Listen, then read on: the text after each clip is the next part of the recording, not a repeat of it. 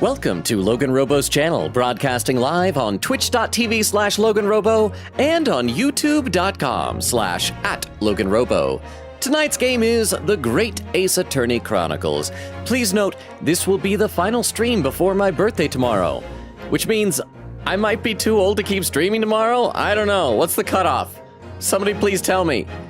Am I still cool? Am I still hip to the young people culture and vernacular? Thank you for tuning in to twitch.tv/LoganRobo and youtube.com/@LoganRobo. Please enjoy the stream.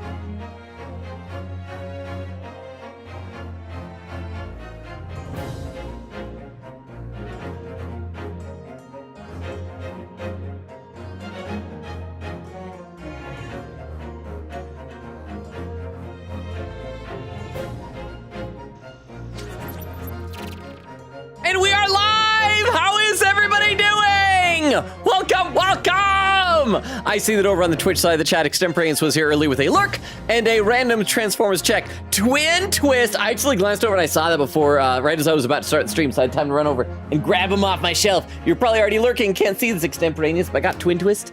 He's right here. I'm pretty sure I've shown this guy for a random Transformers check before. He turns into like a tank with like two big like screw drill things, like the spinny, you know, corkscrew drills. Is that what you call them? And I think I mentioned when I brought him before, a little bit of trivia with this guy.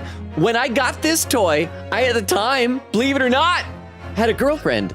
And when I got it, I was enjoying the toy so much that I even like texted her a picture of it. And I'm like, and I was joking, like, I'm sorry, but this toy is so cool. I think I might love this toy more than you. And she laughed, and it was fun. And that was like a test to see if she could take a joke with that type of thing, or if she would become like legit threatened by a plastic toy. But she thought it was funny, so it was all good. But how you doing, Extemporaneous? And also, would you rather go on a road trip with no GPS or no snacks?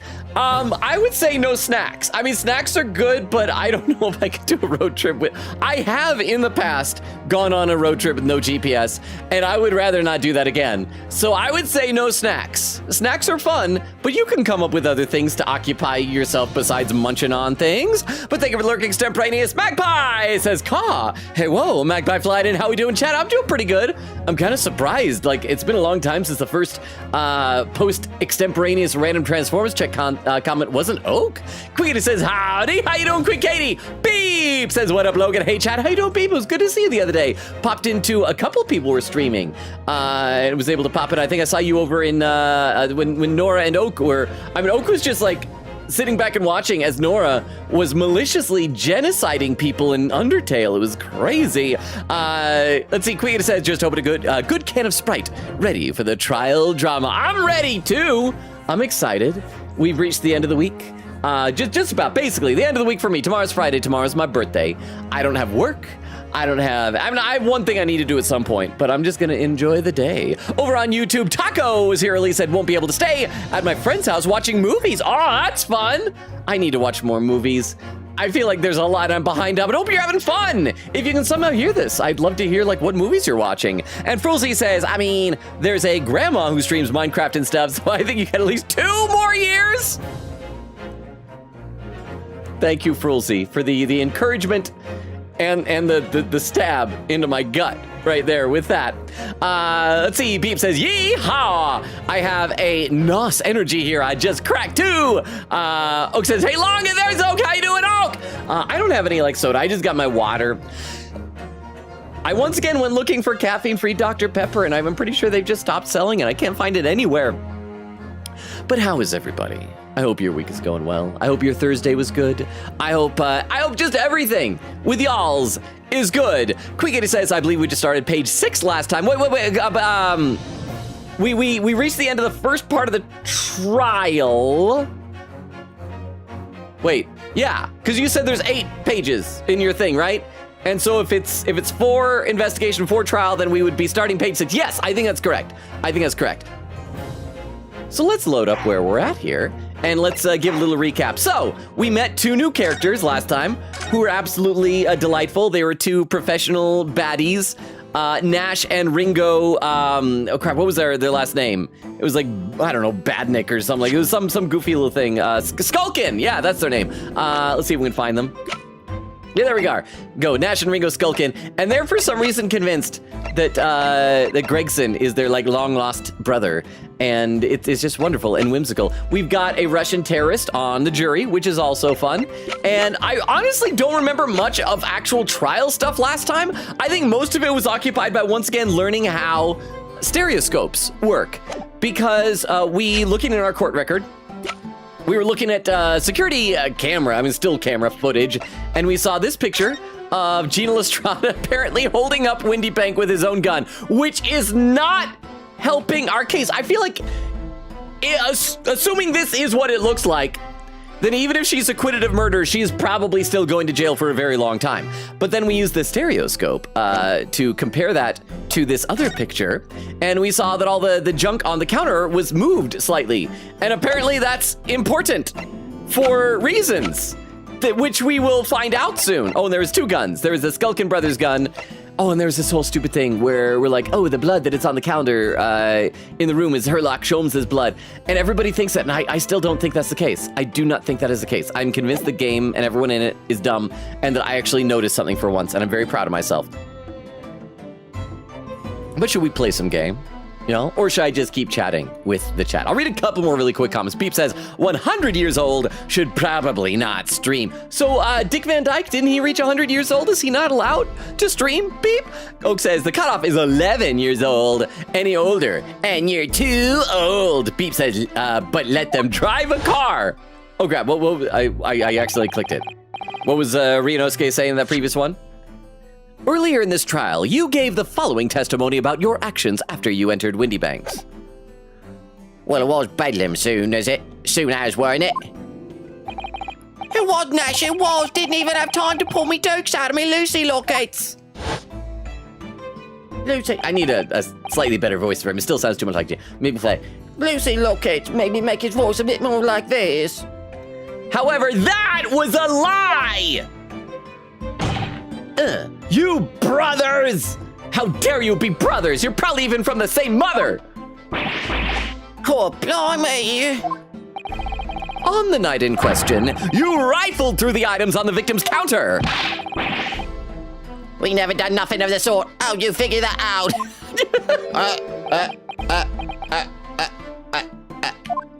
They're so bad at this. You will now give formal testimony once again. You will tell the court precisely what happened on the night in question. And this time, you will tell the truth. You promise to tell the truth. If you don't, I can't do anything, but I would appreciate it. Each lie that passes your lips serves to increase the severity of your punishment.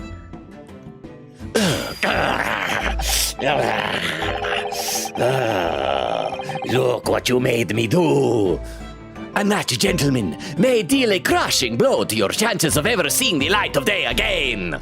Queen Katie, did you count that goblet crush? A thought worth pondering, perhaps. Say no more, Gov, we hear you. We'll blab, we'll squeak, we'll peach. And of course, Gregson is still there. Witness testimony, illegal entry, the whole truth. Ardy ba ba ba! Crystal! Blimey. These people are lying. What? Judge, why aren't you saying perjury? Judge. I just enjoy perjury. I think it makes my job more interesting. Thank you, Crystal! 24 months. Still 3 months from your next subscription, baby. But thank you, Crystal! For re-upping this up. Crystal, did you see what I posted over in the anime channel? Over on Discord? I'm assuming it's something that you've already seen. It's probably not news to you. But I'm curious for your thoughts about it. I don't know if you're able to pop over there real quick and take a look what it is. Or if you just want me to tell you what it is. It's some interesting news. But how are you doing, Crystal? Okay, let's keep going. We're just starting a testimony here. Crystal, thank you so much for re-upping the sub. Illegal entry, the whole truth. All right, we did knock a few things over, but we weren't rifling for nothing. It was when we heard the gunshot scene made us jump and all the stuff went flying. Lumi didn't give me a fright. We was thinking the shooter come out of the door and get us next. We stuck everything back where we found it and scarpered straight into him in the black. Talk about Herlock. We couldn't have a shot with the pawnbroker, see? We never even had a chance, did we? Oh, so you admit to the defense's accusation. You did indeed ransack Mr. Windybank's countertop in the night in question. Not ransack, Governor, no. Walk back. Guess what, Logan? Huh? We hit 10 shattered glasses. Man, I feel bad for the man sweeping these up. I mean, at least it's not all in the same trial, unless, like, they just have gone 2 months without sweeping up the floor. I think the person most in danger is Van Zeeks himself. I mean, I, over on the other side of the room, probably don't have to worry about stepping on glass, but he just keeps breaking them. You know what it's like? It's like, have you ever been to those restaurants where the floor is covered in kind of like a thin layer of hay, and instead of like bringing you breadsticks, they'll bring you like a thing of peanuts still in the shells, and you just like crack the shells and eat the peanuts and just drop the shells all over the floor? This is a real thing. If anyone has never been to one of these, this is a real thing. There are restaurants like that. They're delightful. They're whimsical. But thank you very much for the 10 bits, Queen Katie. And yes, 10 shattered glasses. Okay, we'll keep going. Once we get some background music, I'll read some more chat. Ransack, Governor, no. That's right, Nash, that's right. It's more like we tidied up. yeah, tidied up.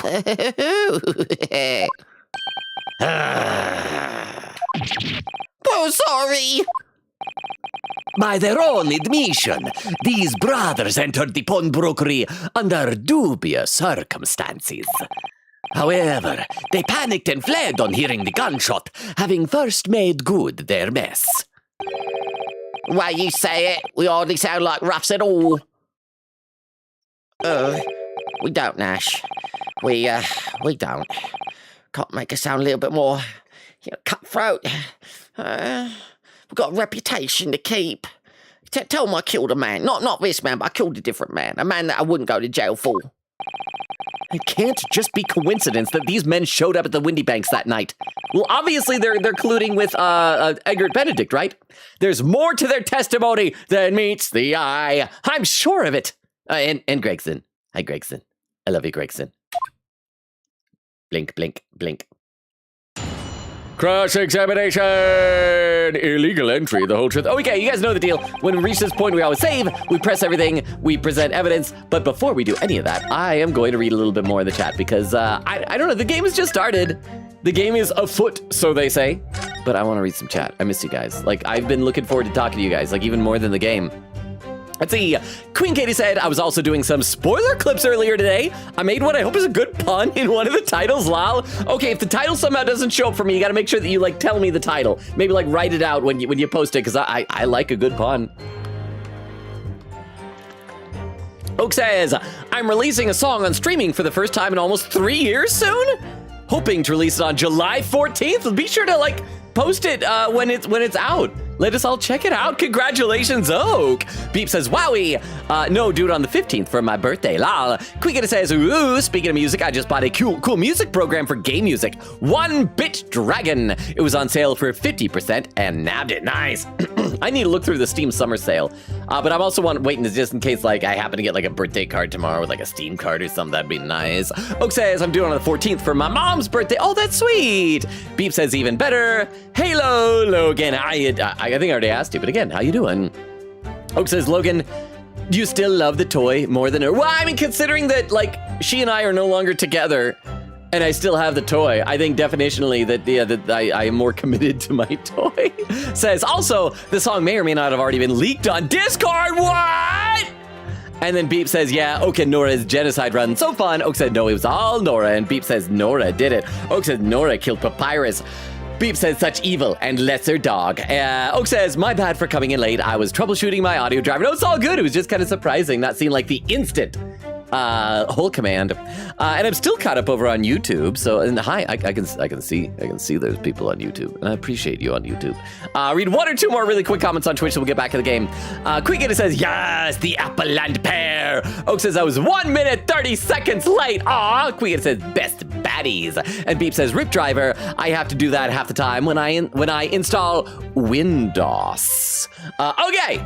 Let's play a bit more. Like I said, we're going to press every statement and figure out where we're going to be presenting evidence. And then the entire time in the back of my head, I'm just going to be looking forward to tomorrow, because tomorrow I get cake and presents. And that's it, but that's all that I need. Maybe some cookies. I don't know. All right, we did knock a few things over, but we weren't rifling for nothing. Hold it! If that's the case, then why didn't you testify to that effect in the first place? Well, you know, we ain't exactly squeaky clean, are we? We ain't, Nash, we ain't. If we admitted to something like that, people would think we was up to no good. Well said, Ringo, me old China? Is this more of that rhyming slang? I can't even tell what that means. What would be the word that rhymes with China that means brother? Or friend, or compatriot, I don't know. We only land ourselves in even more trouble. And in fact now, as a result of lying in your previous testimony, that's exactly what you've done. Landed yourselves in even more trouble. That's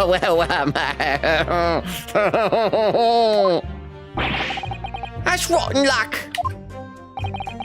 Says the rotten apple eater. Yeah.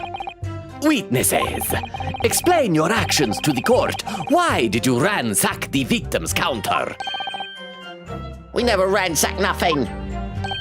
Right, Nash, right. More like we tidied the place up.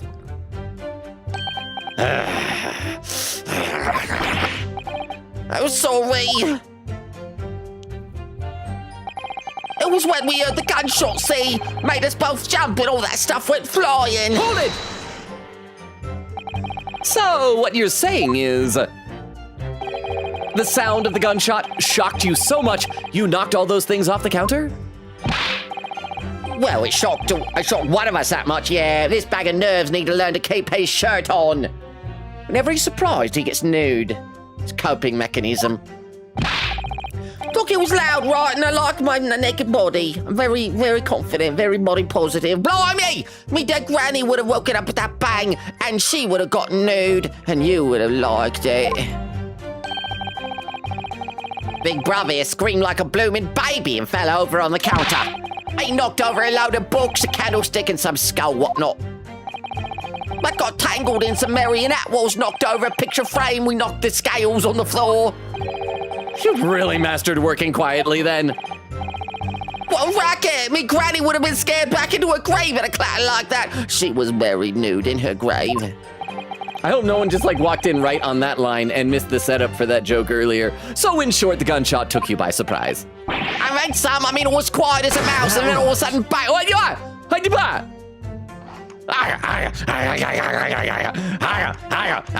We're coming back to you, Gregson. I want to press all the statements before we do this. So we'll come back. So it's the second statement that Gregson is going to have something to add.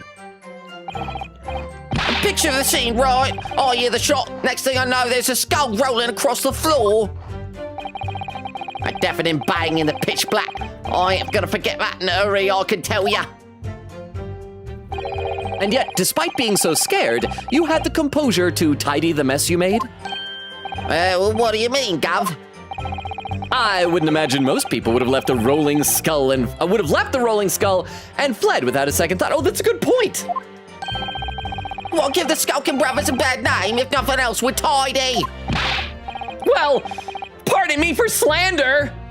I would like to think that they are kind of like the wet bandits in Home Alone, but instead of turning the sink on or whatever, they tidy up the place. If there's a mess, you lost some stuff, but your place is clean. Be nice. Lummy didn't give a fright. We were thinking the shooter came out the door to get us next. Hold it! Can't even read half their dialogue here. So, you didn't try to open the storeroom door then? Not on your life. He went deathly quiet after that, he did. Put the wind right up at me. But anyway, the door was locked, wasn't it? No ways that was opening. So they did try the door. Yes, of course. It was locked from the inside, or so we've been led to believe. It was, Gav, it was, from the inside. Right, so we had no way of knowing what was going on in there, did we?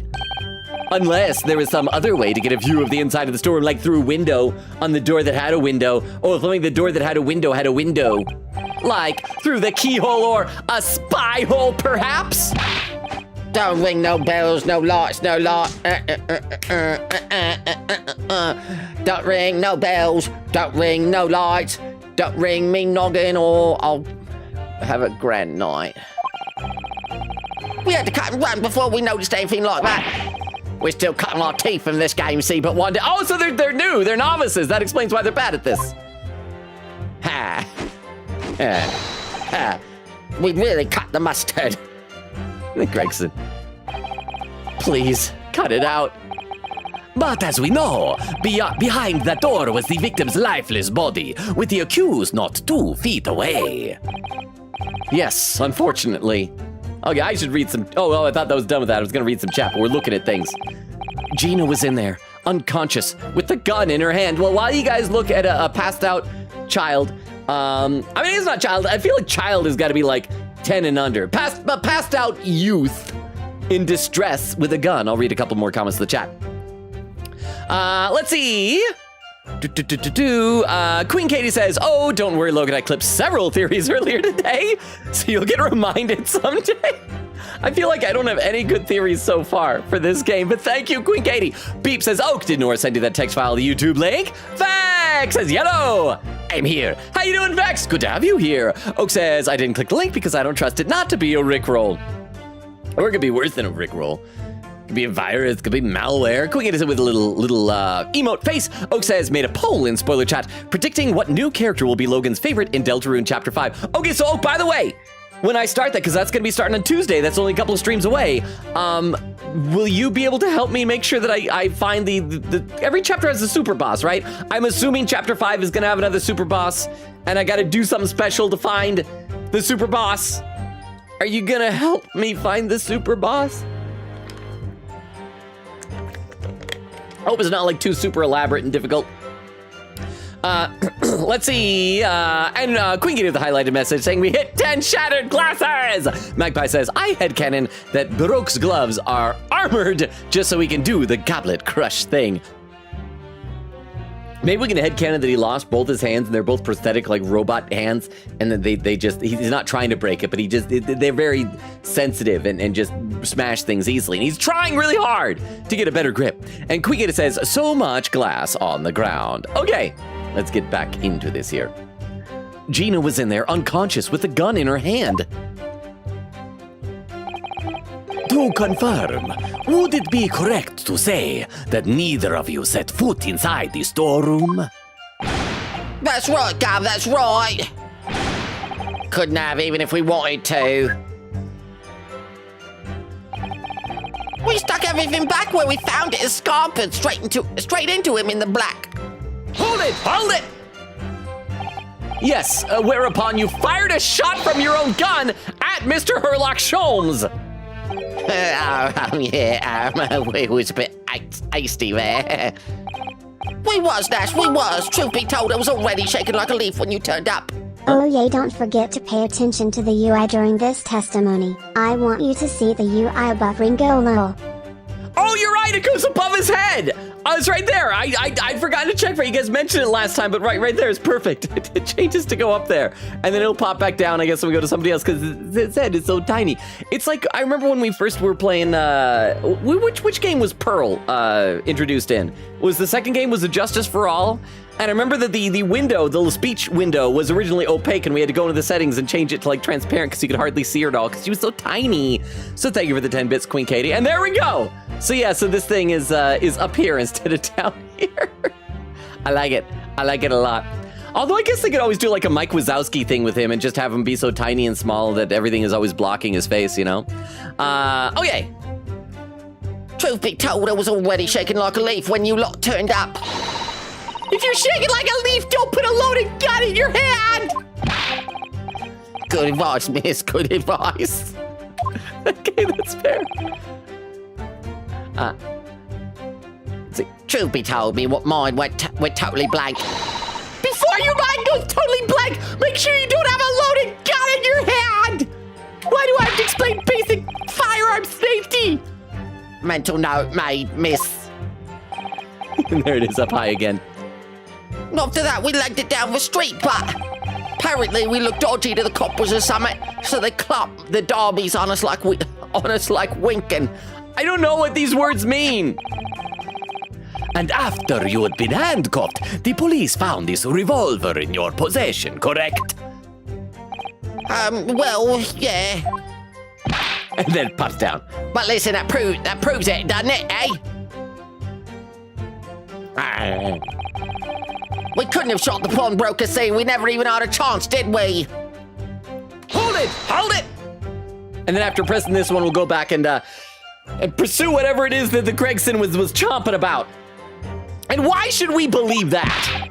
Hey, what? Well, because it's true, isn't it? The place was totally empty when we went in. At the time, the victim was already in the storeroom, having been forced to open the door by the accused who had a gun to his head. Huh? Is that because he said gun to his head and we didn't see that in the picture? What was the pling noise?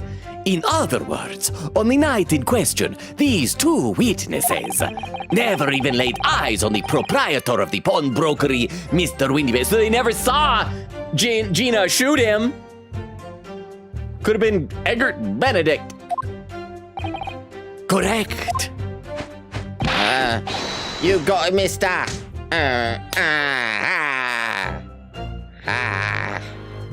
We did good. Down to a T. I wish I had a buddy to high five like that. So the Skulkin brothers never actually encountered Mr. Windybank? Is that really true, I wonder? Okay, so let's go back and yeah, we'll present. Oh wait, that's it. The full extent of their testimony. No, we gotta get the thing from Gregson, and then he'll probably give us some new bit of information or maybe evidence we'll be able to use against that last statement. What is it, Runo? You look very fierce. I could pour you some herbal tea if you're tired. Oh, thank you, but I'm fine. Being such a logical thinker, you'll probably laugh, but I feel as though these brothers are still hiding something important. It's nothing more than a feeling, though. I've got no proof to support it. Well, feelings can be very logical at times. Sorry? People's expressions, the movement in their eyes, the words they choose.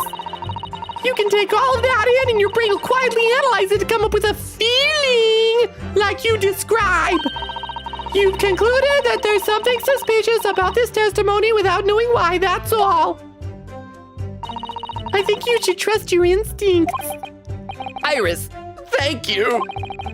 Sometimes I think if she's 10 years old, I must be 5. Huh. Okay, so is the second statement is this one, right? That we needed to press. That got the Gregson reaction.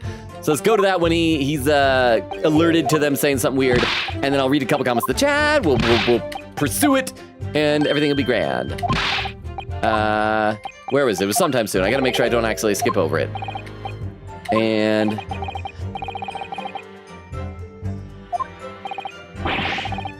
oh, here we go. Quiet as a mouse. There we go. All right. So now let me read some more comments in the chat. Let's see. There's where Crystal re-upped your sub. Thank you again for that, Crystal. Beep says, okay, fair oak. Says, look up a video on YouTube. FNF. That's Friday Night Funkin'. Is that what it is? Bad time. I put it in text so she couldn't see the thumbnail. Pick the one with the FNF animations. One of them is just audio. Oak says, okay. And Crystal says, I, in fact, did not know this news. How come you saw it before me, Lamau? Well, Crystal, I actually saw it like right before going live. It was when I was opening up Twitter in order to make my tweet, and it was like, boom, right there. I'm like, oh, I should post that on the Discord and let Crystal know. Yeah, so for those who didn't see it, Crystal's most favorite YouTube series, Alien Stage, is apparently getting an anime adaptation. Dynamaxing says, hey, yo, Dynamax, good to see you. It's been a long time. Welcome. I hope you're still here. It took me a while to get to your comment because I'm far behind in the chat. We're a half hour into the stream. How are we a half hour into the stream already? And I'm probably like 20 minutes behind in the chat. But how are you doing, Dynamaxing? How is life treating you? How is your summer going so far? Crystal says, I guess I was too focused on art fight laughing. Says hi to Dynamaxing. Quita says fair and mood. Crystal says finally doing my whispers. 6th and 7th attack. Quita says gasp, you're so ahead. To be fair though, I was worried. What does this button do? Oh, I don't know. You should probably just test it out once every month or so and just figure out what that might do. Thank you, Vax, for re-upping your sub with Prime. I know you only get like one of those each month, so thank you. 5 months, just over halfway to your first subscription, baby. Thank you, Vax. Vex and Crystal, just a reminder, like once Discord synchronizes, you both got access to the Hey Hey channel. Come on in and hey. By the way, you know, because we have our subscriber-only channel, I hardly ever use it. Is there anything people would like to see in there? Like behind-the-scenes crap or something like that? Oh, we got a couple more comments over on YouTube, chat. Rivulet is here, saying, fun fact, there's a type of critter called Gharial? I'm probably saying that wrong. Which is basically a crocodile, but with a comically thin and long snout. I'm gonna have to look this up. Hang on, let me write this down. Gharial spelled Gharial. Gharial. And I will check that out. Thank you very much, Rivulet. Fruzzy says he has robot prosthetic hands because he irreparably damaged his real hand smashing glass. Oh yeah, we'll go with that. I was gonna say that maybe his like father is evil and chopped off his hand, kind of like in Empire Strikes Back with Darth Vader and Luke Skywalker. But you know, maybe his dad is a perfectly nice, respectable vampire. I would never do bad things to anyone or anything.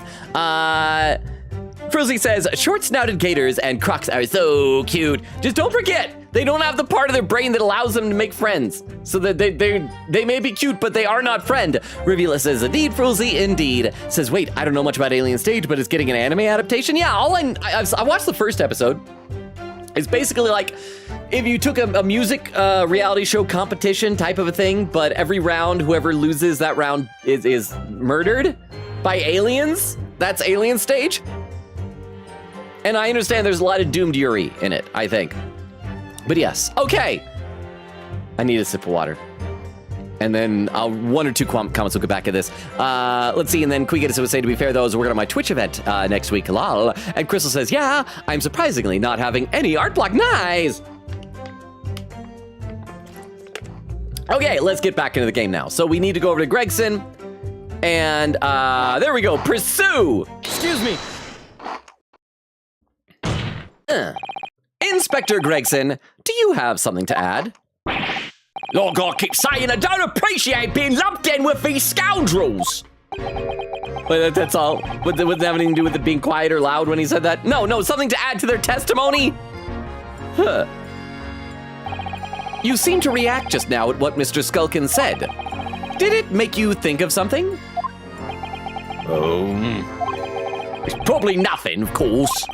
I wouldn't even bother to mention it if only... Well, the fact is, cases don't get solved if you ignore the little details. How about you just tell us what's on your mind? As you know, we brought these fellas into the yard for questioning last night. And the statement they gave then told a slightly different story than what they're saying now. Did it? You claimed you heard the victim shout something out before the gunshot. Why would they hide this unless this is incriminating themselves or a buddy? Might have, Gav, might have. Does ring a bell now you mention it. Don't tell me they just legit forgot. Granted, it's only a minor detail. That's not a minor detail. This is interaction with the victim. But still, can't help feeling like perhaps you've been a bit sloppy with your testimony here, eh, fellas? If I discover the witness's testimony has been any more sloppy than it has hitherto proven to be, I will shoot them. I can't go to jail. I'm a judge. Judges are above the law. I shall be forced to bring the very harshest punishment to bear against them. Spanking. Take off my belt. Easy. We'll get it right this time. Right, so, yeah, it's all coming back to me now. Then speak! Supplement your testimony with whatever details have miraculously returned to your questionable minds. Sirs. Right you are, Gov. Just before the gunshot, we heard a voice yelling out, "Give me that gun!" Over and over again. "Give me that gun, give me that gun, give me that gun, give me that gun, give me that gun, give me that gun, Hugh O'Connor, Hugh O'Connor, Hugh O'Connor, Hugh O'Connor, Hugh O'Connor!" Oh wait, I need to actually press it. I got too distracted by our stupid Hugh O'Connor bit. I was today years old when I found out that Logan likes spankings. I don't. I could have gone the rest of my life without. I But don't. hey, thanks. I don't. That's why I was using that as an example of very harsh punishment. I do not like them. That is one of those things that that is a stereotypical things like that people can be into. You know, they're into it. I don't see the appeal. Do not see the appeal of a smack on the bottom. But I guess maybe some people just takes all kinds. But thank you, Rukov, for the 10 bits. How are you, Rukov? Welcome. You got any fun plans for the 4th on Saturday?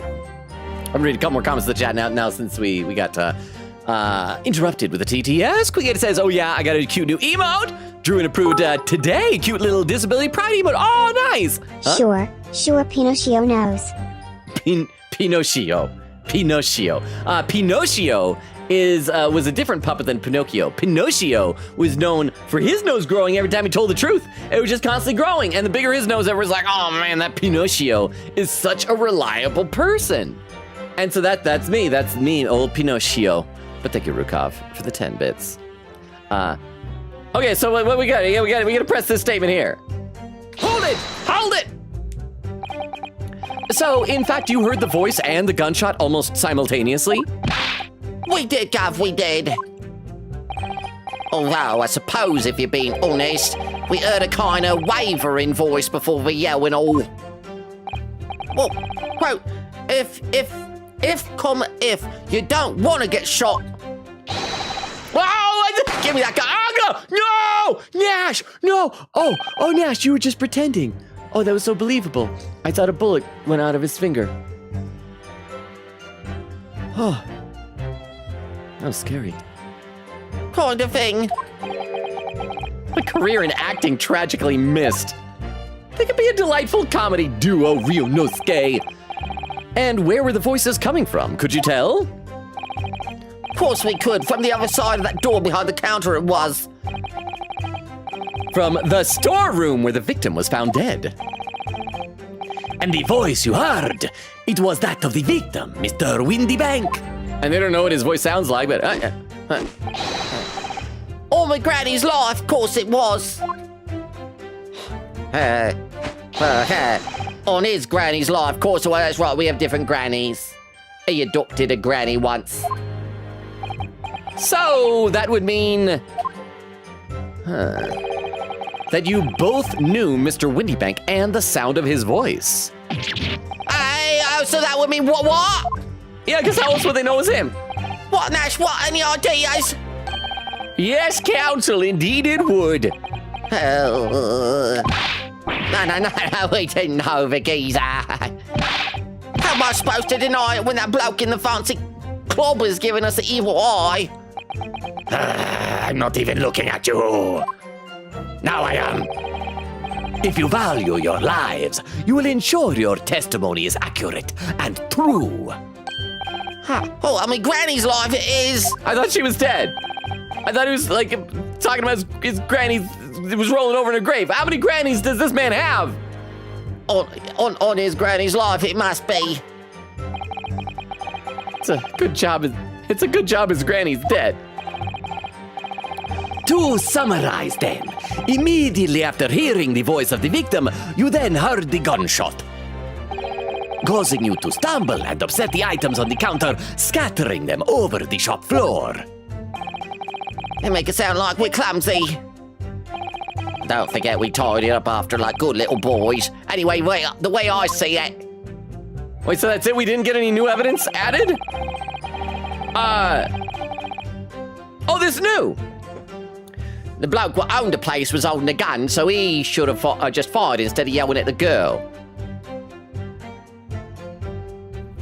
Wait, so that means that they, even though we've repeatedly said over and over again and showed the photo saying that Gina had the gun, this suggests that they saw Windy Bank.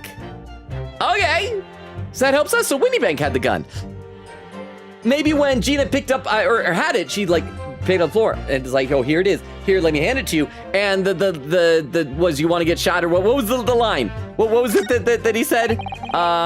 Give me that gun. Oh, it's probably because like he was gonna shoot himself, and Gina's like, "No, give me that gun. Don't shoot yourself, bro. Thank you. I am helping you. I am taking the gun away from you to save you." What? Someone else shot you in the back? Yes, that's what we're going with. Let's read a couple more comments in the chat though.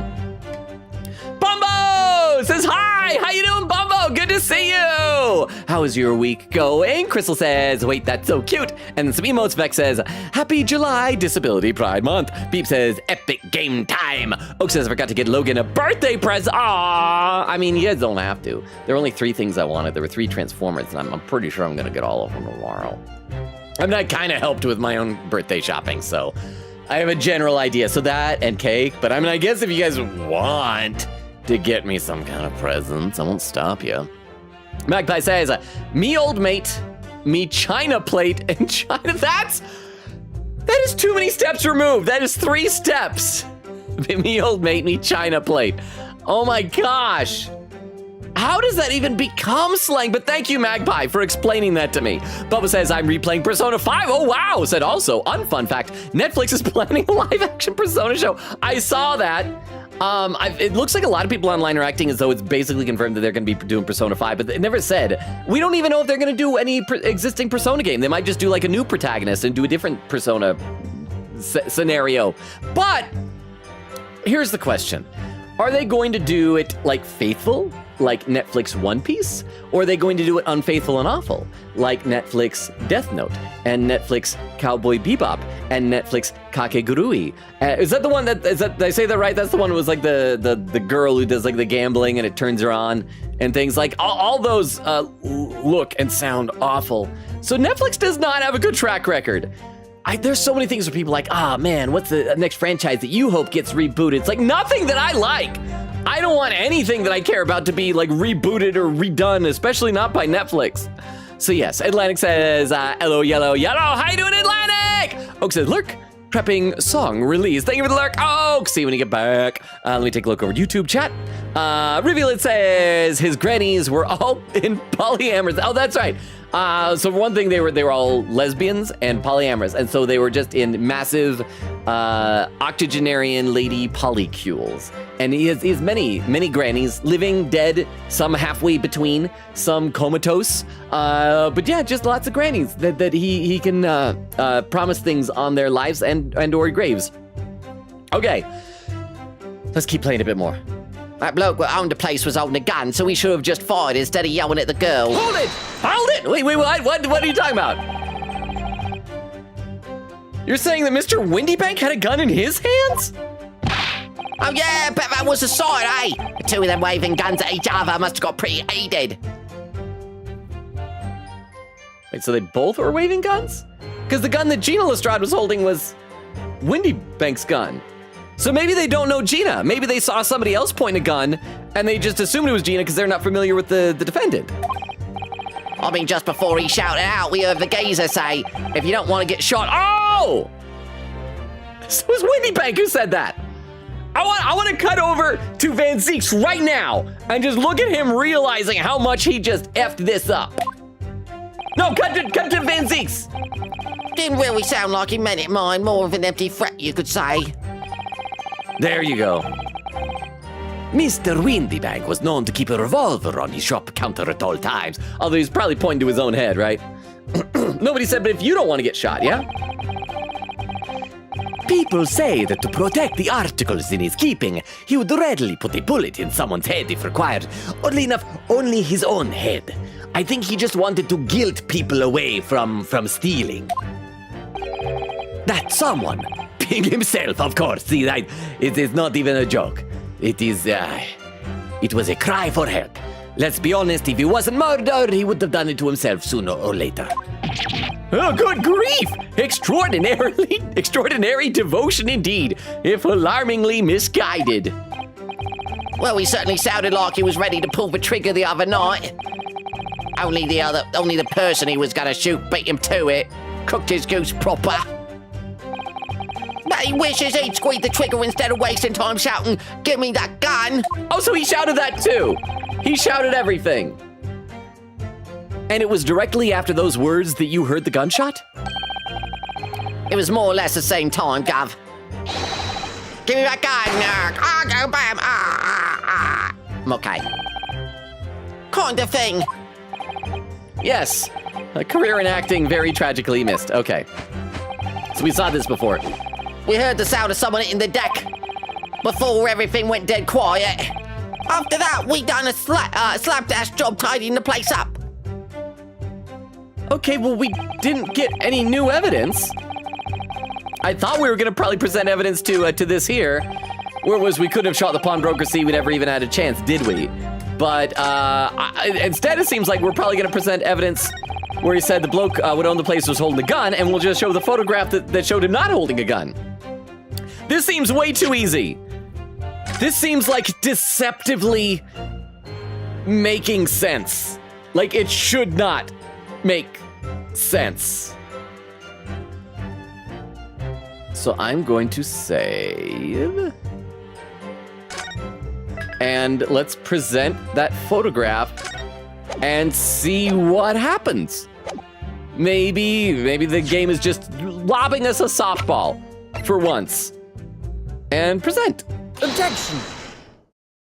Okay, music cut out. You're saying that on the night in question, the victim, Mr. Windybank, was wielding a gun, is that correct?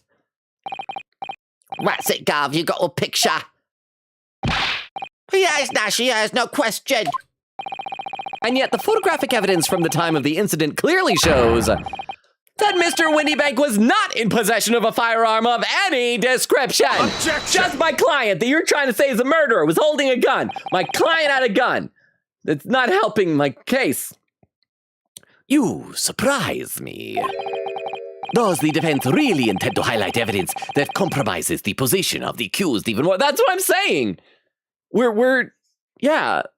Like, we should go along with what they're saying. It's like, oh, you say he had a gun. That helps us. Ha. Furthermore, the defense has failed to establish that the photographic print presented was taken a suitably short time prior to the victim's death. Your chronology is severely lacking, counsel. Yeah, that's right. Too right, Nash, too right. The old geezer could have been about to turn the tables on the girl, eh? Hardly likely. No, I'm afraid this won't stand as conclusive evidence. Wait, so I didn't get it wrong, though. He's not going to give me a penalty. Ugh. Continue with the cross-examination, counsel. And heed my earlier warning, witnesses. Okay, so that was wrong. Skulking's never skulking. Is it the same testimony, then? Okay, so the game did not deduct, hit points. Do I need to press everything all over again? Good thing you didn't die, it seems. I was so confused while staring at the guide roll. Okay, I mean, to be fair, I did even say at the time this seems too easy, too logical. And apparently it was. So I am confused. I don't know if maybe we needed to press other statements after pursuing Gregson's thing. So we can try that. I can just kind of hammer the space bar through a bunch and see if anything new changes. But thank you for the 10 bits, Queen Katie. I'll read a couple comments in the chat first before we try that. Because yeah, that was odd. I feel like the game has never done that before where it's just like you don't get a penalty. And there was, okay, yeah, all right. Let's see, Queen said, yeah, Chapter 5 has a secret boss. Also has a special thing to get it. Ooh. So you guys will help me with that, right? Beep says, don't accuse Beep of malware, Logan. I'm friends with everyone involved. As far as I'm concerned, you're not safe from a Rickroll, though. Okay. And then Oak says, yes, I can help with the super boss, although it's pretty self-explanatory this chapter. I can also help get the egg and any secret stuff you might want to see. Definitely help with the egg. I think last time was in chapter 5 that I got an egg. That was like the first egg, or chapter 4, that was like the first egg I'd ever gotten. So I've been missing all of those. But okay, so it sounds like in chapter 5, they'll establish what the super boss is and like that it's clear what you need to do to get there. I hope. And then Quickett says, perfect timing. Oh, on the little UI thing. And then Beep says, Logan, do you know what the Pixar theory is? I feel like it's something down your alley. I am not sure. Like, I feel like it sounds familiar. I feel like if you tell me what it is, I'll go like, oh yeah, I know what that is. But nothing's coming immediately to mind. What is the Pixar theory? And I'm still caught up over on YouTube. So let me have a sip of water and then we'll get back into this cross-examination here. I was so happy that we got to our first testimony in like 10 minutes. And now it's taken like almost an hour to get through this. So as I said, we're gonna try and press all the other statements here. And see if there's anything changes or if like Gregson chimes in again. So this is the same thing as before. And I'm just gonna hammer the space bar. She's teaching them about proper gun safety, which is like, just don't wield a gun, especially if your mind is somewhere else. And there's the gun. And yeah, hammering the space bar, Okay, so nothing new there. We got 2 more statements, we can do that. Wait, 2 more or? If this was, we would take it, oh, okay, hang on, I missed this one. We gotta do this one also. Oh, hang on, we got a Beep saying with a pin message, pinned by Chris, Pixar theory is a theory that all the Pixar movies, oh, hang on, it just minimized.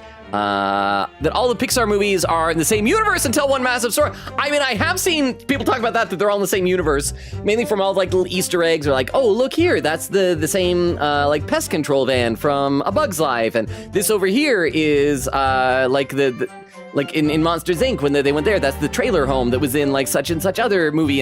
And so yeah, I have heard that. I feel like as they've gone further and further with more elaborate and weird stuff, it's probably harder to fit them all into the same universe. But I have heard like the theory that they are all in the same shared universe. I do also kind of feel like, to be honest, the Pixar movies aren't as good as they used to be. I haven't even seen Toy Story 5, and I kind of don't even have any interest in it. I loved the first 3 Toy Stories, especially Toy Story 3. I adored Toy Story 3. Really disliked Toy Story 4, and I feel like it kind of ruined it. I think the last good Pixar movie that I saw was Coco. After that, I've just not really cared. As much as I love The Incredibles 1, I didn't like Incredibles 2. So I don't know. I don't know if it's that they've gotten bad or I just like am no longer cool enough. But yeah, okay. So you didn't try to open the storeroom door. Okay, this is, yeah, we just gotta hammer the space bar. See if anything else comes up. If not, then we have to find some other piece of evidence. Keyhole, spy hole. Again, the door had a hole in it. A big window.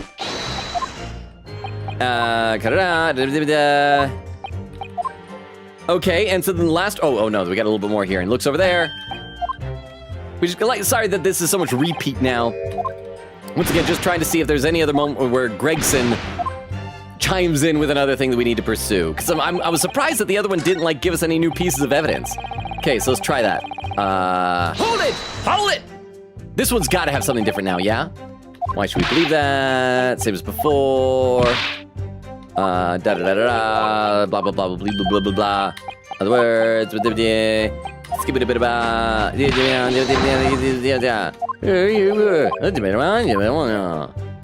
yeah, that's it. Oh, okay, that's it. That's the full extent of it. Okay, yeah. I guess we can try pressing the very first statement. If that doesn't do it, then we just got to find some other piece of evidence to present to one of their statements. This is really, it's got to be one of the 2 new ones was added then, because I thought that maybe that would give a new piece of evidence that I could present to the one where they said they didn't have the opportunity. So let's try this one and see if we get anything new here. And if not, then yeah, I gotta rifle through our court record and figure out something here. While I'm hammering this, I'll read a couple more comments in the chat. Let's see, Magpie says, quote, so they clapped the Darbies on us like blinking. Here we go, another translation. So they put us in handcuffs. Oh, quick as a wink. That's why blinking, so quick as a wink, says I think. Not entirely sure how they get there. Oh, that makes so much more sense.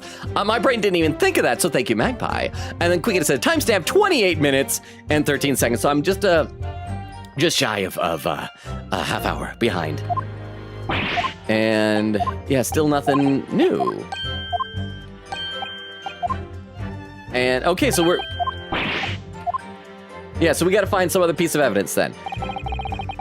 So it's either just before the gunshot, we're to voice yell, "Give me the gun." Blokewood on the place is holding a gun, so he should just fired instead of yelling at the girl. Let's see if we have anything else in our court record. We got the pawnbroker's ticket for the box, redemption ticket issued from the pawnbrokery owned by the victim, Mr. Winniebank, in the form of some handwritten notes on the back of the photograph. Gina's representation papers, the paperwork signed by Gina put in charge of her defense, showed this to Scotland Yard detectives to gain access to the crime scene. Anything else new in here? Gina Lestrade, okay. Blood sample portfolio. 3 samples of blood analyzed with special chemical indicator developed by Mr. Sholmes. Different people's bloods turn different colors. And we just have those 3 colors, which is green, which our character, our protagonist, seems to think that's Herlock's blood. It's not, because that was already there before he got shot. That's thrice-fired Mason's blood on the ticket in the coat pocket, and Pop Winniebank's on the floor. Okay, nothing there. Pawnbroker's ticket, redemption ticket issued from the pawnbrokery owned by the victim. Mr. Winniebank, the blood has been identified as Mr. Mason's. Iris's story manuscript, a long unpublished story that Mr. Sholmes deposited at the pawnbrokery of the victim, Mr. Winniebank. It is entitled The Hound of the Baskervilles. McGilded case notes. I think we reviewed them last time. I don't think it has anything to do with this. Today's paper, the morning paper, which contains an article about government secrets being leaked to foreign agencies. Autopsy report, a report prepared by Scotland Yard coroner that confirms instant death due to a single bullet wound from the back. There are no other signs of trauma. He was shot in the back. So if he was shot right when he said, like, "Give me the gun," he should have been shot in the front. So maybe that's what it's going to be. Let's read this and see. Details the victim, time of death, A single bullet wound in the upper half of the victim's back, no other visible signs of trauma. Instant death from posterior, anterior, whatever. Bullet wound to the heart. The bullet trajectory entered the body from the back on a gently rising diagonal trajectory. Okay, so is that, or there's just the picture showing it that he was shot in the back. I feel like either of these, hopefully the game will be nice. Like, oh yeah, present either of these. Let's check everything else first really quickly. A plan of Winniebank's pawnbrokery, the scene of the crime, shows the relative positions of the main shop and the rear storeroom. Okay. Winniebank's gun belonging to the victim, Mr. Winniebank, that Gina was holding when she was found unconscious. There are signs of a single discharge. A firearm found in the possession of the Skulkin brothers. Upon their arrest, there are signs that a single round was fired. We already tried that picture, didn't work. Post-shooting photograph taken automatically by the red-handed recorder showing the scene after the murder had taken place. Did the curtain change at all in that? Doesn't really look like it. And there's the stereoscope fold-up device that allows anybody to enjoy seeing things in 3 dimensions simply by looking through the eyepiece. So it's going to be one of these 2 things here. This seems a bit more relevant because not only does it say he was shot in the back, but he died instantly. So let's see the 2 statements. Bloke who owned the place was holding a gun, so he should have just fired instead of yelling at the girl. Just before the gunshot, we heard a voice yell, "Now give me the gun." Okay, this is what it should be. Because if that is him saying, "Give me that gun," he would have been looking at the person pointing the gun at him, right? I'm gonna save again just in case. I hope I'm smart. I don't think I'm smart. Wait, did I actually save or did I cancel out of that? Save, yes, save. And let's try this. Let's present. Present the autopsy report. Oh. Objection! Crap, the music is still playing! Let's just consider the implications of that statement for a moment, shall we? That's what we should do! Yes! No. What implications, counsel? Nothing strikes me about the fact that he was shot in the back, but apparently was looking at someone holding a gun and died instantly. Your Honor, there are implications! Exactly. There's nothing striking about it. What does strike me is your propensity for the inane, however. I need to clear my head and come at this again from a different angle. This has got to be right, yeah? I stumbled onto something that makes perfect sense. Let's load the game so I can erase that from the timeline. Okay, let's try the statement again, showing the picture of him shot in the back. How about that? If that doesn't work, we'll switch over to the other statement and try both these things again. Present! Objection! Nope! Let's just consider the implications of the... Shall we? No, okay, we're gonna load. We're gonna load, and load. you guys can see the logic that I'm saying here. It was like, it happened right away, yeah? Because it was, all right, we discovered that, yeah, nothing. So it's this one here. We'll try this one now. Local in place was holding guns. We should have just fired instead of yelling at the girl. Present. And try this. Present. Objection. Nope! Okay, I have one more chance. And if this doesn't work, then I will have to completely start over from scratch. Okay, so we'll try this one. Wait, yeah. Yeah, here we go. This statement. We'll try and present. And this time we'll present the photo of him shot in the back. And present. Objection. Oh, finally! All of those other 3 attempts should have worked. If the logic is the same, it's gonna be so dumb. It's gonna be so dumb. Okay, but yeah, the others should have worked too. So you're saying that on the night in question, the victim, Mr. Windybank, was wielding a gun. Is that correct? That's it, Gav. You got a picture. Yes, Nash. Yes, no question. And yet, photographic evidence obtained immediately after the incident clearly shows. Oh, so that's what we're doing, that there's no gun in his hands. We're not doing the gunshot in the back, we're just saying there's no gun in his hands.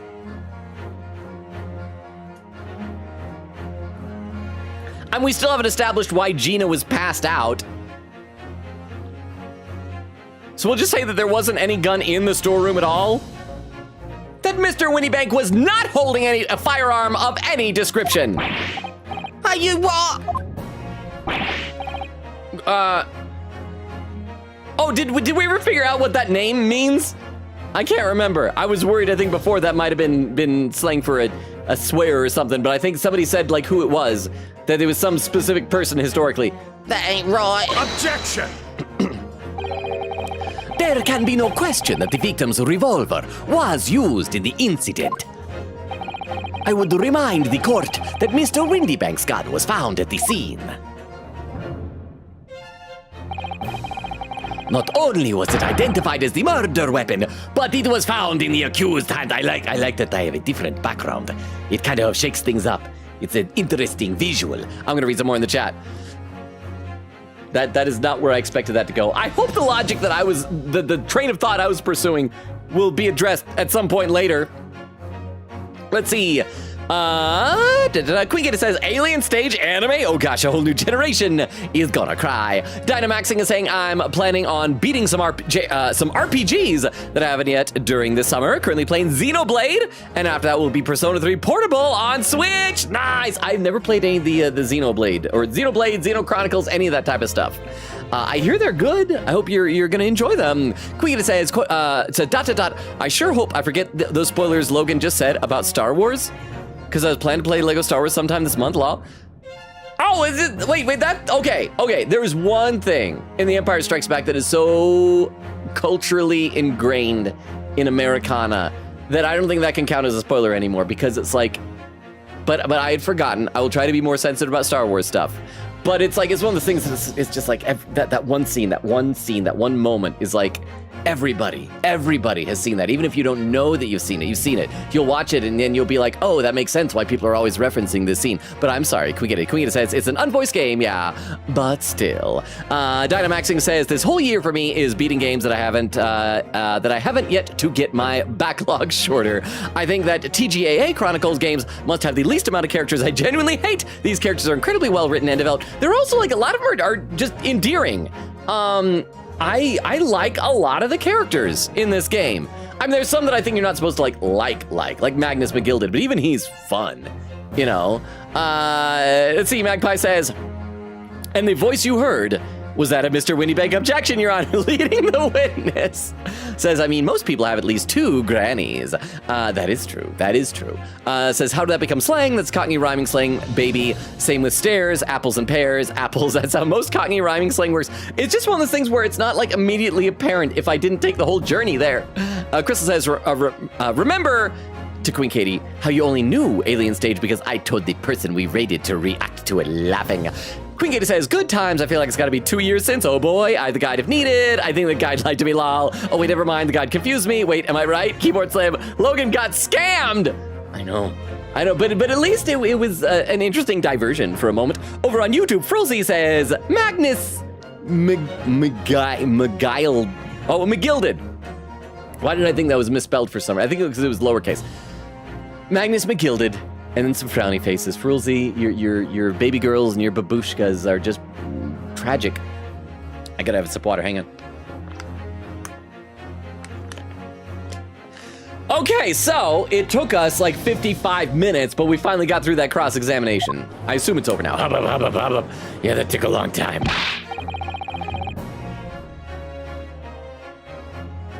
More slang I don't understand. I'm not gonna say it in case it's another slur. Yeah, that fill in the blank. Use the victim's own gun to finish him off. Give me that gun. Bam. Hey. Kind of thing. Hold it!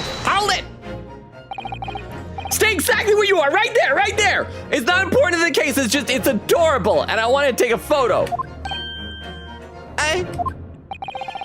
If the crime had taken place as you so colorfully described in your testimony, see, shot in the front instead of shot in the back. Now are we finally gonna get to present the evidence that I was so desperately trying to present earlier? It would give rise to an undeniable and significant inconsistency in the final moments you just acted out. I should have been able to skip to it. I wish this game would reward you for being ahead and just go like, oh, you presented that, you already like reached the finish line before the pro tag. Goodness, are you sure, counsel? You intrigue me, my learned friend. But let's see some evidence to support your I'm gonna save in case the game is gonna be mean again. I'm gonna try presenting the autopsy report this time. Yeah. Because single shot in the back died instantly.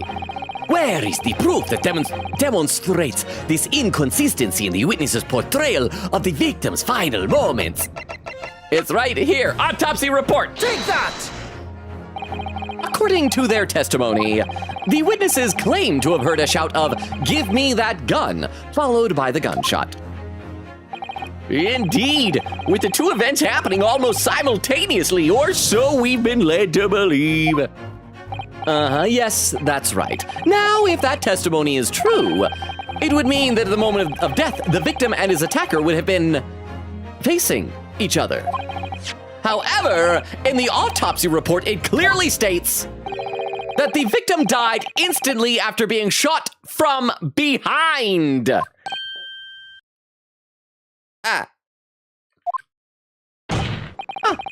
So, as I stated before, there is an undeniable inconsistency in your testimony, Mr. and Mr. Skulkin. Hubba, why did it take them so long to figure this out? But, I just like butts, but it's the honest truth. It is, Nash, it is, when he was shot that night. The shopkeeper had his gun had a gun in his hand. We saw it with our own eyes.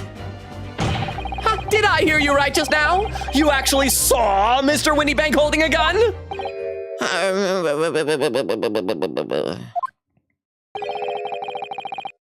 Something like that might have slipped out. Ladies and gentlemen, you have all just heard the admission by these two witnesses that on the night in question, they actually saw with their own eyes the victim wielding a gun. Which can only mean that despite their testimony to the contrary, the Skulkin brothers must have encountered the victim in person! Oh, they're gonna get spanked by the judge! Nash,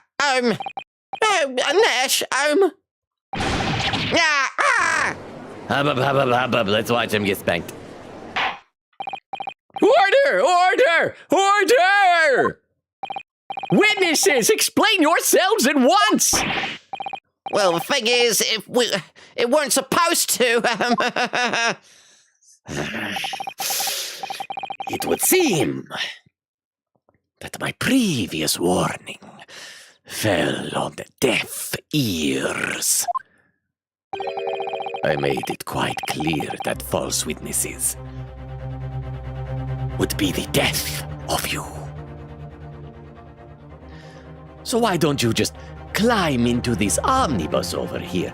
I want to headcanon now that every single person who was acquitted that Van Zeek's prosecuted that then died mysteriously, that it was always in a fire in an omnibus. He just carries around omnibuses, loads them in and lights them up. Am I to understand that you replaced the untruths of your original testimony with renewed lies? Oh, ever so sorry, Governor. Truth is, see, we, Cut it out, Nash, cut it out! Oh! Okay, I'm gonna take a stab in the dark here. I'm gonna guess that they have a boss, or at least someone who is either above them or threatening them. Probably Egbert Benedict, or whatever his real name is. And he told them, for some reason, not to say that they actually saw it. And that's the thing Nash was about to or Ringo at least thinks Nash was gonna to let that slip.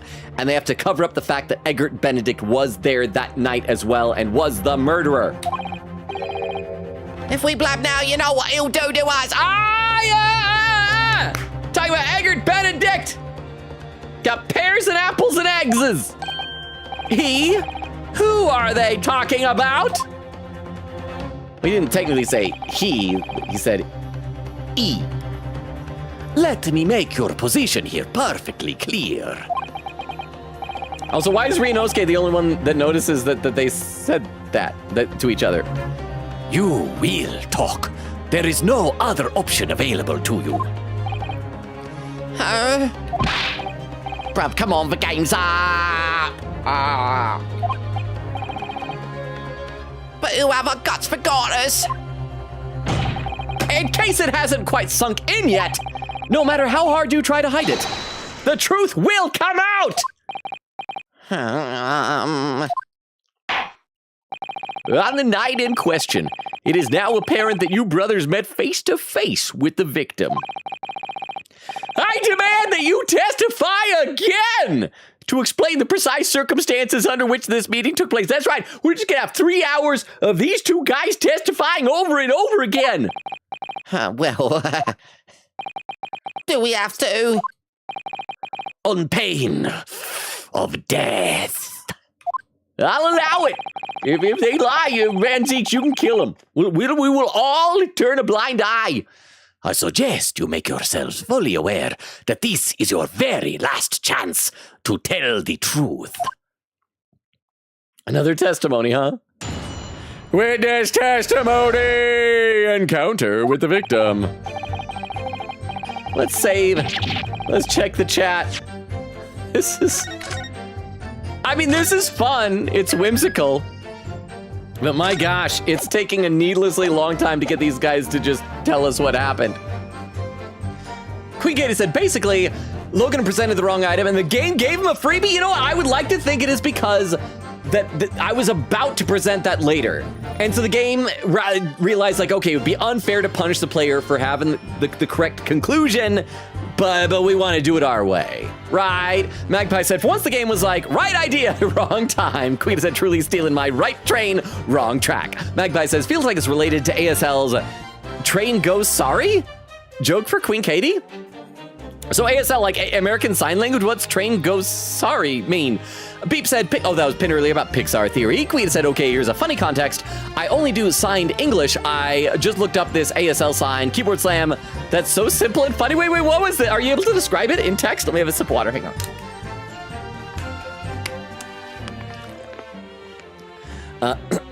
Magpie says, Queen Katie, if you like puns, you will love ASL. Beep said, yes, that's part of it, but it's way deeper. Oh, Queen Katie says, yeah, I really should learn it someday. That's what happens when I grow up on only one thing and never the more common thing. Beep says, I agree. I want to see Toy Story 5, though. The one thing I heard that is that finally gave me some interest in it is that my personal hero in comedy, Conan O'Brien, I guess plays a character in it. He's like a toy, it's like a potty training toy or something like that. Let's see, Queen Gita said, blame it on my school for doing signed English for some reason instead of common ASL. And Magpie said, that's garbage, frowny face. Dynamaxing says, the last good Pixar movie was Coco? I will not be hearing any Soul Slide. Okay, to be fair, I haven't seen Soul. Huh? Train gone. Sorry, that magpie showed me. If you came up to the middle of a conversation and asked what's going on, they'd sign that, aka you missed it. You just had to be there. So we. Oh, train gone, so like you missed the train. Train gone, sorry. Oh, okay. Oh, that makes sense. Thank you, Queen Katie. I understand it now. You see, I had missed that train, but you backed the train up and let me board it, and then I wish that, like, mass transit would do that for me. So thank you very much for the 10 bits and for the explanation. And Dinah, that is a perfectly valid, possibly. I haven't seen Soul. For all I know, it might not be good, but it sounds like based on your description, maybe Soul is good. I should watch that at some point. But I've not seen Soul. I've also heard good things about Inside Out too, but I also felt like after watching Inside Out, I didn't feel the need to see more. Like maybe I haven't even seen Inside Out 2 either. There's a bunch. So I guess it's tough for me to say last good Pixar movie was blank when there are a handful that I still haven't seen. So that is fair. Thank you, Dinah, for correcting me. And Beep says, Soul is amazing, also extremely important to the Pixar theory. And then Queen Katie with the timestamp. 55 minutes, 53 seconds. Okay, at least I'm only 20 minutes behind now. Over on YouTube, Frozzy says, yes, Magnus McBear-Grylls. Was that the guy that would do all the survival, like living in the woods type of stuff? The extreme things like eating random crap he finds on trees? And Reveal It says, Gina gets out in the end because everyone just fell asleep. I would like to think that, let's headcanon right now, we'll do a prediction, that Gina never gets convicted because this trial goes on forever. Because we just keep getting more and more testimony from these two. Every day it's a different story, and it just lasts until the end of all of our natural lives and all of us die of old age. Although, no, that would suck though, because then Gina would still be in like lockup. She would still be in jail, not like prison, or even worse, being hanged, but she would still be in jail because like, do they have bail back then? Could she be out on bail? Although she's probably a flight risk. Not like flight on a plane, but just like for running away. All right. Let's see what this testimony is here. Oh crap, I didn't mean to click that. That happens sometimes. Let's see what it was in the history. All right, so we just got inside the coffin and heaved a sigh of relief when the geezer showed his mug. Give me that gun, he bellowed. He flew at us like he was possessed. I thought we'd had it. For an old geezer, the bloke was strong as an ox. He chucked me over the counter. Maybe that's what knocked all the stuff askew? I put my gun on him and he legged it through the door in the back room. We never had nothing to do with killing him, that's all what happened. Okay, so that makes it sound like... Here's what it sounds like. Gina was there, she had the gun. It was his gun. I don't know, maybe she was threatening him with it, maybe she just took it away from him. Regardless, she got him to open the door and let her in there, so she probably went back there and either was rifling through some stuff, or if he was that strong, he like knocked her out. It would be really great if Gina, why have we not asked Gina what happened that night? It would be really great if she just told us what actually happened. Like, why are we having to hear this secondhand through other people? But regardless, she went in there, was either looking through stuff or got knocked out by Winnie Bank and probably left in there. He comes out, he sees these two, and then runs away from them in there where he knows that the only person in there is either A, a little girl who is unconscious, or B, a little girl who is conscious but is a good person. And goes in there for safety, and then somebody shoots him through the window flap. Well, no, she didn't even still have the gun anymore because he had the... Or did he? I don't even know where that is at the point. I'm still confused. Oh, that's a whole testimony. So, you're now telling us that moments before the victim was killed in the storeroom, you in fact encountered him in the main part of the shop. Well, yeah, sorry. Well, you're just so darn cute. You're free to go. We find ourselves at an interesting juncture. This changes matters considerably. Wait, they're not gonna like break up the trial in this game and make us go back and investigate more. I kind of like that we've only had like one day of trial in each chapter in this game so far. But honest, Governor, this time, Nash, this time we ain't got nothing more to hide. Very well, counsel for the defense. You may proceed with your cross-examination. Yes, my lord. This is it. The moment I've been waiting for. Okay. Cross-examination. Encounter with the victim. Okay, so you guys know the deal. We save, we press everything, we present evidence, possibly struggle quite a bit along the way, and then it's gonna be all it's a grand old time. I need to breathe for a second though. Oh, we're almost halfway through the stream, and I'm just not breathing tonight.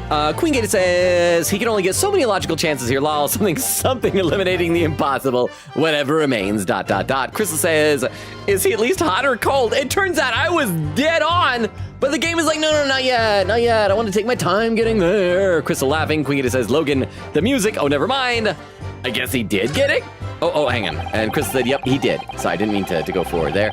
And over on YouTube, I am still caught up on YouTube. Okay, so let's press some statements here. Right, so we just got inside the Garth and Eve's sigh of relief when the geezer showed his mug. Hold it! When you say geezer, I presume you mean the victim and proprietor of the shop, Mr. Windybank? Who else? I'm so sorry. I mean, that's right. Worried that we were talking about Edgar Benedict. We was keeping a close eye on the entrance to the gaff, obviously. But we never thought no one was going to come out of the back room like that. The back room being the pawnbrokery's storeroom? Yeah, and that must be where he popped up from. Only place he could have been.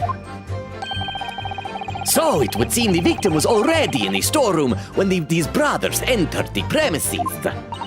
Which means Ginny must have been in there at that point as well. Would have been nice if she told us. But that just doesn't make sense, does it? If Gina had threatened Mr. Windybank into the storeroom with her at gunpoint, then why would he have emerged from the same room all alone when the brothers arrived? Oh, I don't think she's good at robbery. I don't know. Did you see the accused at that time? What that? Okay, again, I don't know if that's a slur. Couldn't tell ya. No way, Cobber, we ain't, we have bigger fish to fry then. I mean, the geezer just lost it. Give me the gun, he bellowed, and then he threw us like he was possessed, thought we'd had it. Flew us. You mentioned that Mr. Windybank shouted those words in your previous testimony, too. However, you claimed that you heard him yelling them on the other side of the storeroom door. Did we? But the truth is, he was shouting those words at you, wasn't he? Well, yeah. Was the victim Mr. Windybank wielding a gun at the time? Was he ever? Blimey lummy! A great ugly barrel he had pointed straight at me frontispiece. So what you're saying is, you definitely saw Mr. Windybank with the gun at that time, is that right? It is, Gav, it is. Spot on. So that makes it sound like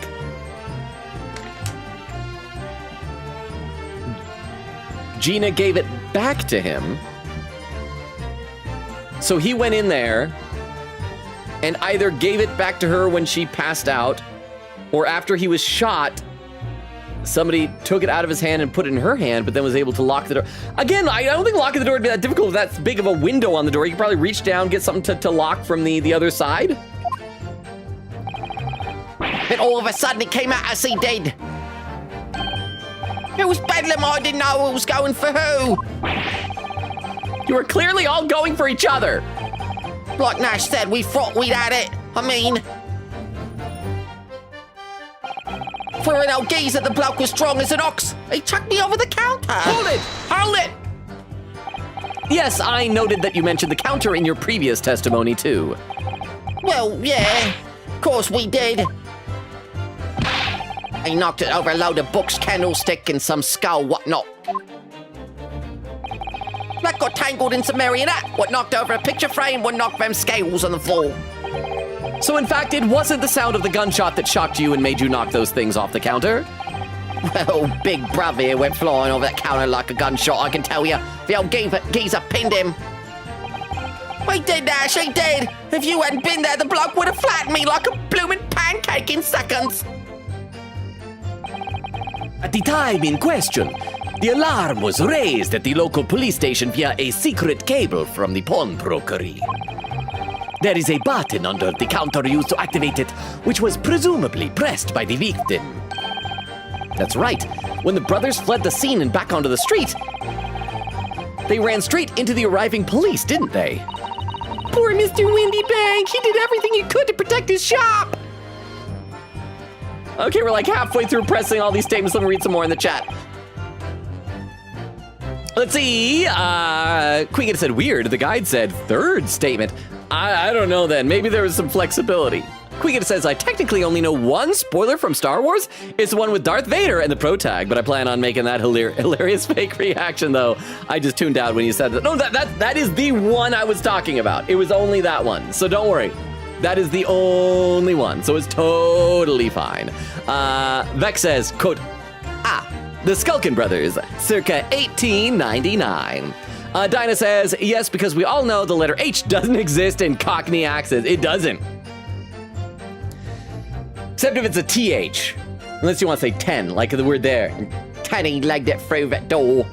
I just think it's weird that sometimes the then will be TH right there, but then through becomes through. It's not then. It should be then. Right? You're right, there are no cases where you got an H. There should be no H's at all.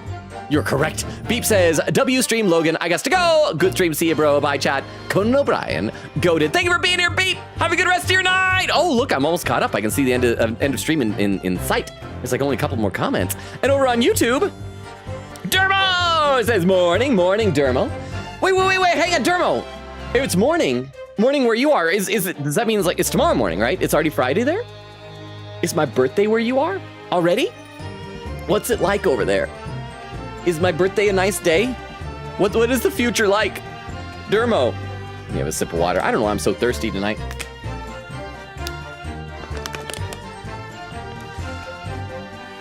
Okay, let's press these remaining statements.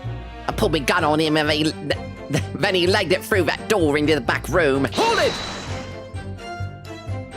Huh. Were you intending to shoot Mr. Windybank? No, never. I was just, looking out for me, bruv, weren't I? He was being flattened, don't forget. By a man whose shop was being burgled, yes? And then, the man fled into the storeroom where you pointed your gun at him, is that it? Yeah, that's it. He shoved me away, then ran off through that door and shut himself in. There's something about that last remark. Something that doesn't quite ring true. I wonder why Mr. Windybank ran away into the storeroom. What? Well, there's no exit. Yeah, it'd make more sense to flee out on the street, right? Well, according to what everyone's saying. Unless he knew Gina was in there and he ran in there to protect her? Ginny was in there waiting for him with a gun! Ah, yes, that's right. Gina allegedly used Mr. Windybank's gun to threaten him and force him to open the storeroom door. In which case, how did the gun end up in Mr. Windybank's hands again? I have no idea. We should have asked Gina. She's our friend. Can we just call for a pause and recess and go talk to her? We should do our job. It's strange, isn't it? This little inconsistency could be significant. I should make a mental note of it. Look, the point is, me and me brother here. That's right, Nash, that's right, me and me brother here. So that hinted that the last statement, the fourth statement here, is the one we'll present evidence for. We're gonna press this last one just in case there's anything more. We never had nothing to do with killing him. That was all what happened. Hold it! You say you had nothing to do with it? Nothing at all. Nothing, Gov, nothing. The old geezer went and shut himself in the back room, didn't he? Locked it was from the inside. We know it was, because we tried to open it.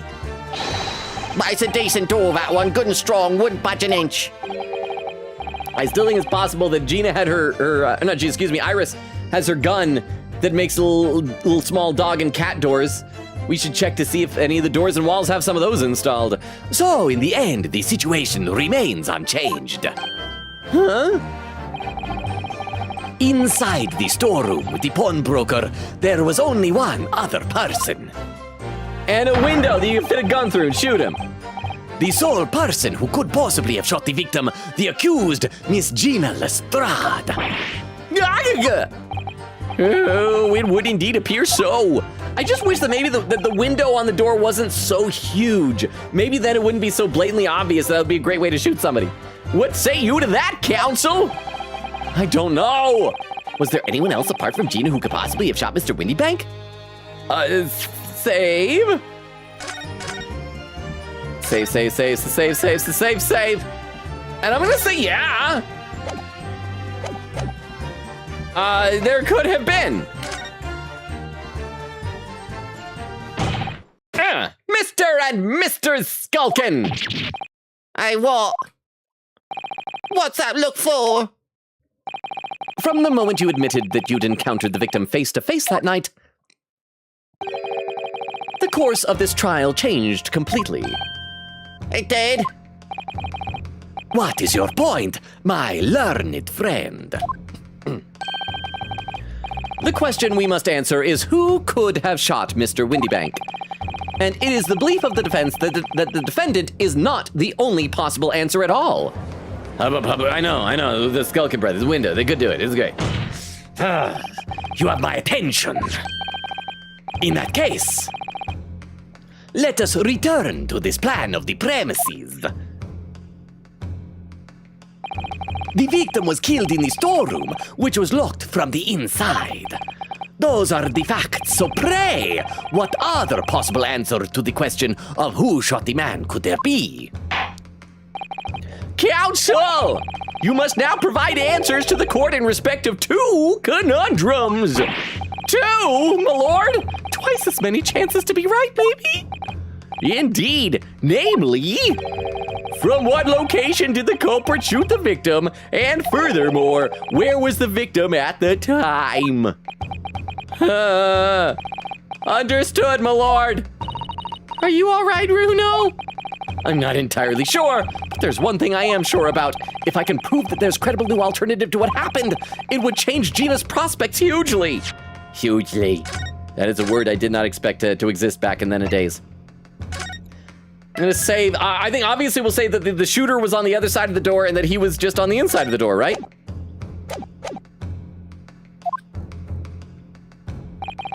So now, time for some clarity. Show the court on this plan the answers to the questions posed by his lordship. If you believe someone else could have killed the victim, indicate from where that person could have fired the gun. Right there. There. Present! Take that! Oh, we got a little stick figure dude. That's Edgar Benedict right there. The defense, wait, did Edgar have a hat? I think he had a hat, right? The defense believes that the culprit could have shot the victim from this location here. And in answer to the second question? Assuming the culprit fired from the location indicated, where was the victim at the time? Let me right here, right there. Present! Take that! And he's got a chubbier little stick figure guy. The culprit shot the victim from outside the storeroom.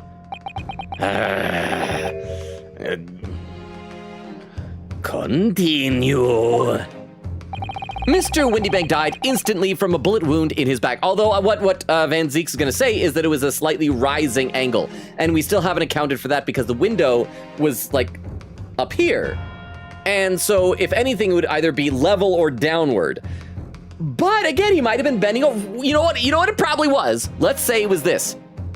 The person outside the door is like, Gina Lestrade, I'm going to shoot her. And Windybank is like, no. And like, becomes a human shield, like over top of her like that. It's like, I must protect her. And then gets shot and falls down. And yeah, I mean, it's possible. I don't know. I'm just throwing out some ideas here. Mr. Windybank died instantly from a bullet wound in his back. Looking at the stain of blood on the storeroom floor, it doesn't appear the body was moved after death, which tells us he was almost certainly shot while he was in the storeroom. Well, except if he died and fell on top of her, she would have his blood all over her. But she had thrice-fired Mason's blood all over her. Unless we were wrong about the blood on the ticket being thrice-fired Mason's, and the blood was Mr. Windybanks? However, the crucial point is, where was the shooter when the fatal bullet was fired? So you are adamant that the shot was fired from outside the storeroom? Well, according to the Skulkin brothers' earlier testimony, I pulled my gun on him and then he legged it through that door into the back room. if Mr. Windybank ran away through the door, we have to assume that the door was open at the time. Huh. Oh, so he's not even saying through the window, it's just the door was open. And then they go like that. Okay.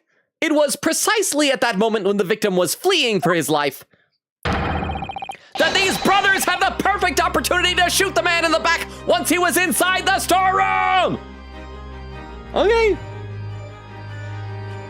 Not the theory I would have posited, but it should be enough for reasonable doubt. I'm going to read a couple more comments in the chat. Let's see.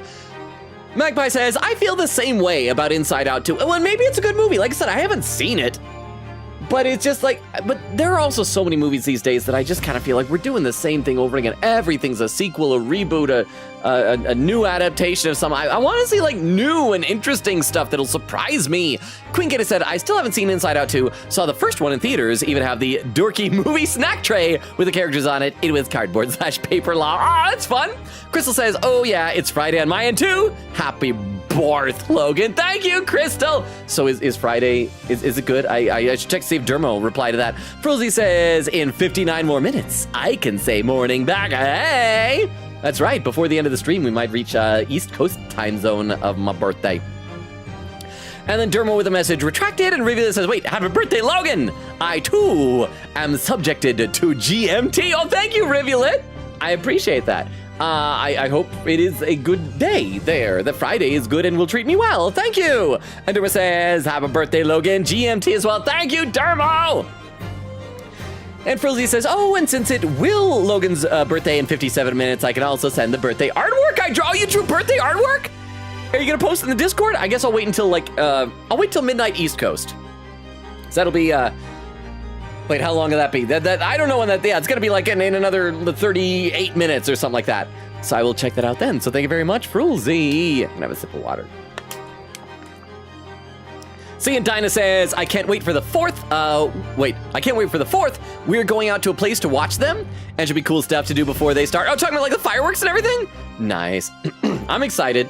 Last year's fireworks display kind of sucked because the place I go to, they always do this thing where they synchronize some music that's broadcasting on one of the radio stations to the firework display. And so if you turn on your radio and you watch the fireworks, it's like, it's set to music, and it's really neat. And so when like the music is really intense, the explosions get intense. When the music slows down, they slow down a bit. And last year they decided to have like an on-site concert and only have music playing there and not do the thing with the radio station. And so you only got it set to music when you were there. And so my family went to like the same place we usually go to watch and watched it. And it's just not as exciting or fun without like it being set to music. I mean, it's still neat, I guess, but it just was missing some of the magic that we were traditionally used to. So this year they're putting it back to set to music. And so I'm very much looking forward to that. Oh yes, keep going here. That these brothers had the perfect opportunity to shoot the man in the back once he was inside the storeroom. What?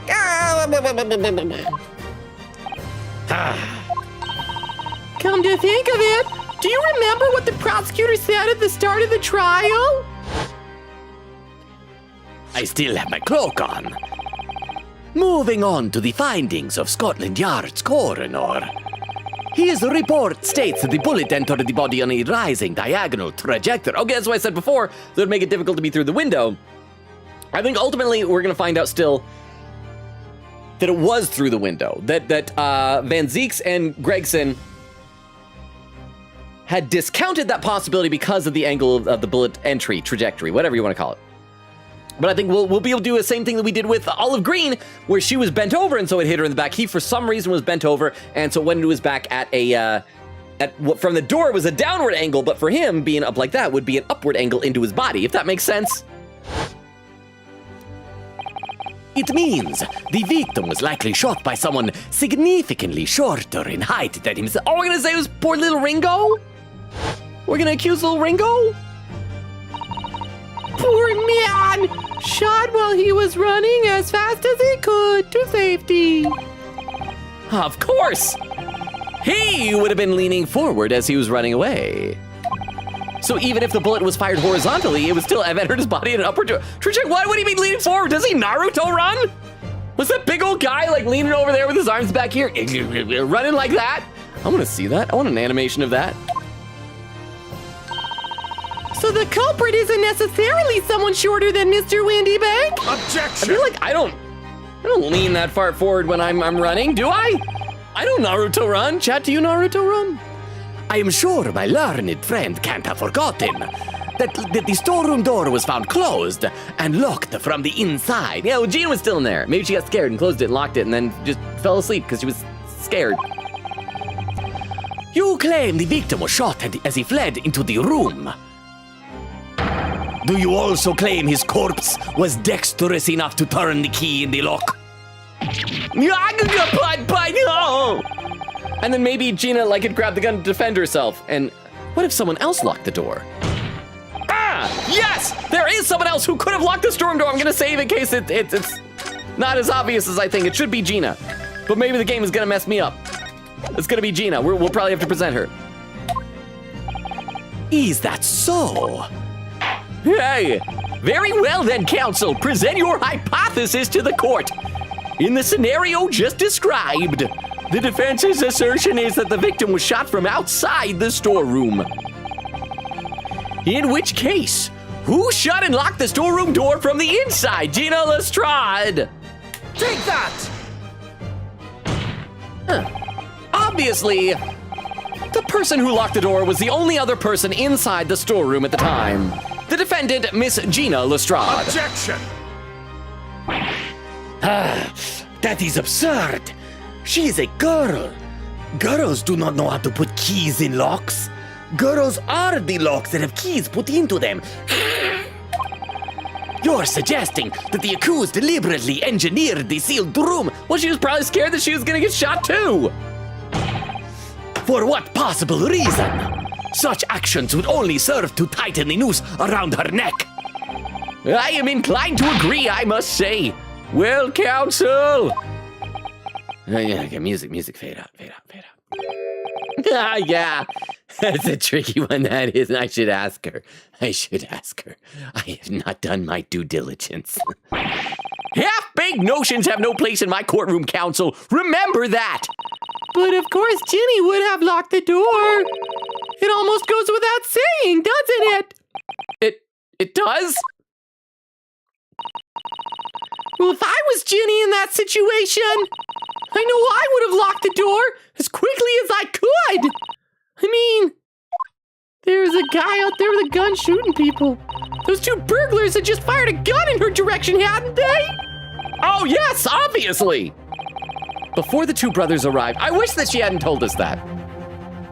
I wish they would have given us, the player, a chance to say that, and then if we were wrong, then she could have said that, because, it is obvious. Before the two brothers arrived, Miss Lestrade and Mr. Windybank were in the storeroom together. Now, I don't know what went on between them at that time, but at some point, Mr. Windybank must have heard the intruders breaking into his shop and left the storeroom. Intruders, That's us, bruv! If your theory is correct, that would leave the accused alone in the storeroom. Yes, it would. Then, probably only moments later, the victim fled back through the storeroom door, hoping to escape danger. Bang went the gun. Hit in the back by a bullet, Mr. Windybank fell onto the floor where he was just inside the storeroom. And what we have to ask ourselves now is, what would the defendant have done in that moment? I see where you're going with this. Outside the storeroom was a terrifying killer who had just murdered Mr. Windybank. As soon as that thought struck Miss Lestrade, she slammed the door shut and locked it in order to save her own life. I hope at this point, because it's obviously not going to be the Skulkin brothers. It's going to be either Egbert Benedict or someone related, like close connected to him. So, I hope. What, Deba? We need to eject and follow the wires. It's a Shadow! Thank you for the 35 bits. How are you? Hang on, I gotta breathe for a second again. I don't know why I'm getting like some indigestion that's affecting my breathing, but Shadow, thank you for the 35 bits. As you know, that's much more than is required. But how are you doing? Welcome. Just in time for my almost birthday tomorrow. I'm assuming that's why you're popping in. Just the birthday. But how are you? It's been a little while. And we do need to follow the wires. That's before everyone else's time. That's when I was playing Cyberpunk 2077. Thank you, Shadow. I hope your week is treating you well. I hope you're having a good summer thus far. Welcome, welcome, welcome. Okay, so what was I saying? Oh yeah, I hope that now they're gonna realize that they're gonna take the fall for a murder unless they point the finger at Egbert Benedict and they're gonna say like, no, they were working for someone. Happy birthday, and I always forget how many bits. Oh, that's 50, that's even more. You know what, you forget away, because I will gladly take those extra pennies and nickels and dimes. Thank you very much. I will consider that my birthday present. Thank you. An extra little 50 cents. So thank you, thank you, thank you. I mean, I do try and put it in the title that 10 bits is TTS, but I guess it's probably easy to miss. Thank you. Thank you, thank you, thank you. Oh yeah, I should again read some more chat though. Let's see. Where did I leave off? Queen Gator says, I feel like Logan will be smart, but also he might need the guide. I feel like I've been too smart for this tonight. Like I've known what the game doesn't want me to know yet. And that's been the problem. And at timestamp 1 hour, 32 minutes. I'm only 15 minutes behind. Queen Katie says, hugely is actually a Middle English word, so its proper use here, it seems really? I just assumed that was kind of a modern sort of, you know how that sometimes there'll be a wrong way to use a word and people start to use the word incorrectly, ironically, and then it gets used so much that way that it just kind of becomes a new definition of it. And then Queen Gata says, I need to pee. I shall protect my bladder. BRB. Oh crap, and there, 1 hour, 47 minutes and 59 seconds. I caught up to chat for the first time of the night. Wow, okay, I caught up way early. Not even the 2 hour mark. Holy cow. I did that on accident. I figured there was gonna be more. Let's see. When Bumbo was saying, how could you? I know, I'm so sorry, Bumbo. I usually try to leave that off for a later in the stream celebration, but I just stumbled right into it. I'm assuming that maybe there's some, either some people have had to lurk or maybe go to sleep or maybe are gossiping over in y'all's spoiler channel. Let me take a look at the YouTube chat. Frozy says, Logan, all sprinting leans at least somewhat forward. Otherwise, it's more of a jog. I mean, I guess I never really think of running as leaning forward. Maybe I'm just an awkward runner. But now I do want to headcanon that Winnie Bank was doing a Naruto run, because that'd just be humorous and delightful. And Durma says, to keep people out, like, is the purpose of locks. Believe it or not, locked room mysteries aren't their primary purpose. You wouldn't know it. These video games seem to love a locked room mystery, but so much of the time it's like not even really a locked room. If it has a giant window in it, it's not a locked room unless that giant window on the door has a lock also from the inside. Then it's not a locked room mystery. Okay, let's play a little bit more of the game. And then I'll be back to the chat in a bit, even though I caught up before the 2 hour mark. Wow, it's been a while since we've done that. In order to save her own life! Yeah, hold it! Well, but I mean, we ain't the ones who done it. We ain't, Gov, we ain't. You gotta believe us. I mean, come on, we never shoot no one. I mean, they are delightful. I'd like to think that delightful people wouldn't shoot people, but then again, you know, we had Dual Destinies, and that had a delightful person killing people. That's blatantly untrue. I know for a fact that you would. Oh, that's right, because they shot Herlock. Because before my own eyes, you shot Mr. Herlock Sholmes. There was only one logical conclusion here. Mr. and Mr. Skulkin, you brothers had every opportunity to have been the true perpetrators of Mr. Winniebank's murder.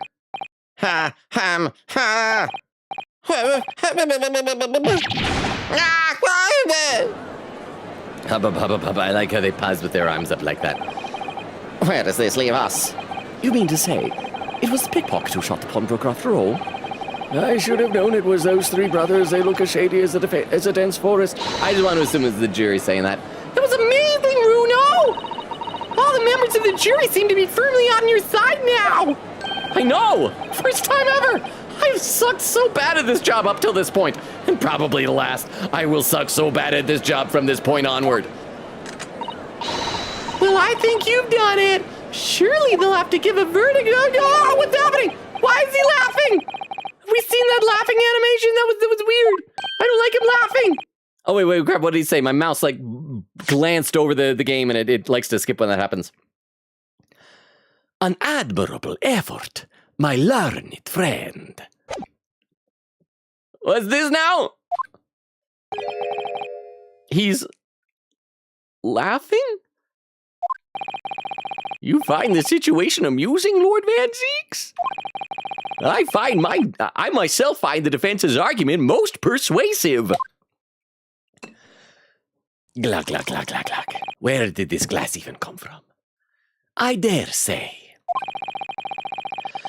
Such chicanery is the bread and butter of the street performers in your provincial eastern nation. The street performers use logic and reasoning to own the prosecutors? But such blatant, malicious conjuring tricks amount to nothing more than inexcusable. I feel like I have to be very careful saying this word. Petty foggery here. What is that word? The hypothesis you put forward is so ostensibly, credibly, cannot? Wait, he's using cannot as an adjective? Is so ostensibly, credibly, cannot. Oh, and that is so. So ostensibly, credibly, cannot and will not stand. I read it wrong. Because, you see, it contains a fatal flaw. Did he just call you gay? And petite, so it's okay. Vero! Vera, when did you get here? You stuck Vera, you missed it. About 5 minutes ago, I caught up to chat for the first time of the night before the 2-hour mark. It was crazy. I have been like too efficient with chat. But how are you, Vero? Welcome! I'm excited to show you what I hope, what I expect will be new Transformers tomorrow. I don't know if you're gonna like really care enough to see pictures of them, but I want to show you. But thank you for the 10 bits, Vero. How are you? How has your week been going? A fatal flaw? Do you mean to tell me that you're unaware of your logic's failing? I say, Lord Van Zeeks. Might be an idea to explain this bolly conjuring trick, or whatever it is, to the troops on the ground. The fatal flaw, in my learned friend's argument, is really very simple to understand. Ah, that's right, 2 glasses in one stream. Ah, I'm just smashing them up. Assuming you're not too dim-witted to count bullets.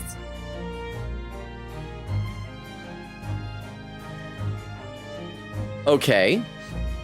So the problem is that the Skulkin brothers' gun had been fired once. And we know that was used to shoot Herlock Sholmes. We also still know the Windybank's gun was fired once, but we don't know when and where. I am like 95% certain that it was the bullet that hit the calendar that we are stupidly assuming is the bullet that went through Herlock.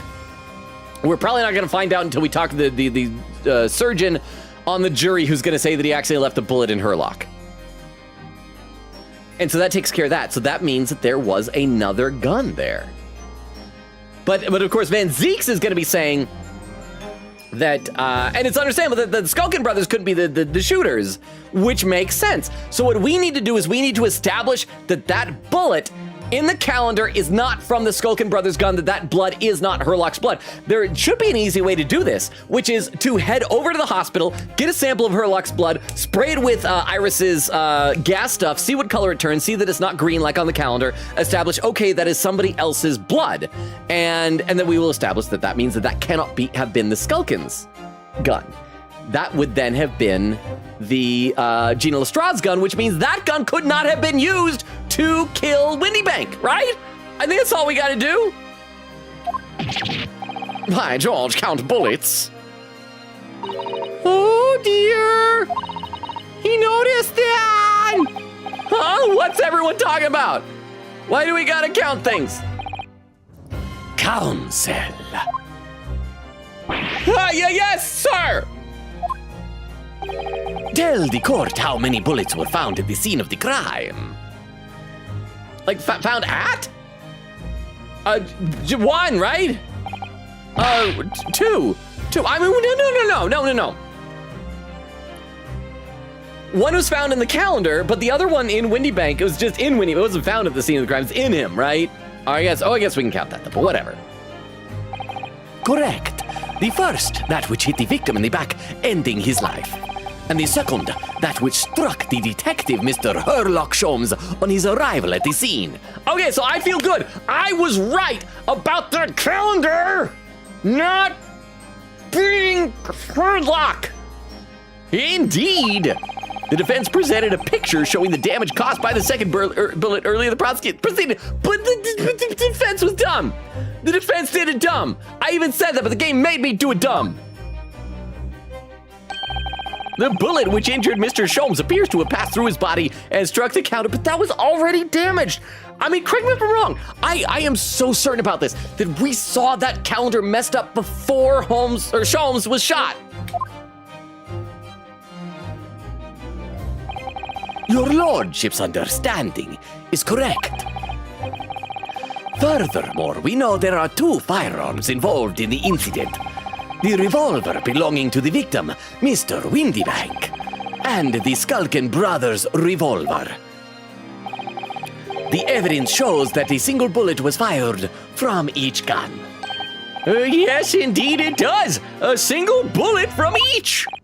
Now then, my learned friend,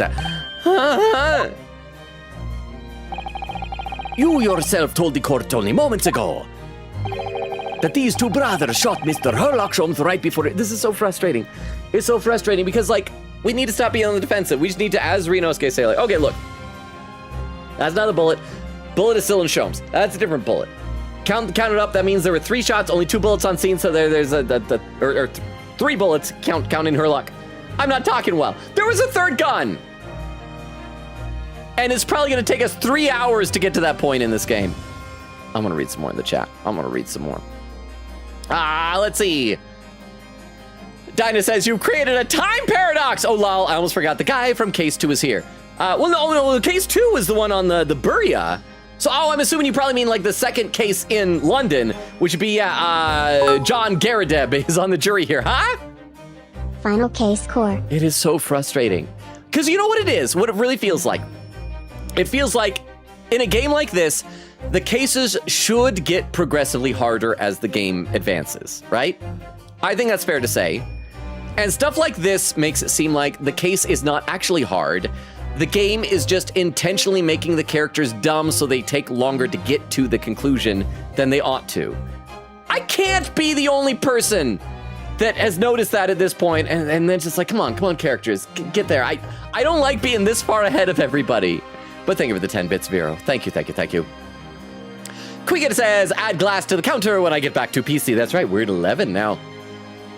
And there's where Vero came. See, Vero, like I said, I'm almost caught up. I did catch up recently, so I'm almost there still. Vero says, hey, friends. Quiggett says, Vero. Vero says, I joined as soon as you caught up, lol. Hi, I overslept. Okay, so you did see me catch up. I hope you got some good sleep. I did not sleep well last night. It was a very restless sleep. It was very itchy in bed for some reason. Just laying there, just like scratching. Let me take a look over YouTube chat. Derma says, quote, he noticed implies Iris knew it was inconsistent, mean she was just throwing stuff out there. Well, what I like is the idea that she knew it was inconsistent, but is like, you know what? We'll just see if we can get away with this. Let's just for the sake of Gina, let's just hope they don't notice. Derma says, Susato leaves for one case and we've reverted to Hobo Phoenix type lawyer. Okay, yes, but here's the thing. In Apollo Justice, Phoenix was like the clever mastermind behind the scenes manipulating it. He was like so smart and good at everything. He's always like, Apollo, well, you still have so much to learn, little kid. Whereas every other game before that, he was like, I don't know what I'm doing. What? Somebody help me. And he was just like always at his wit's end.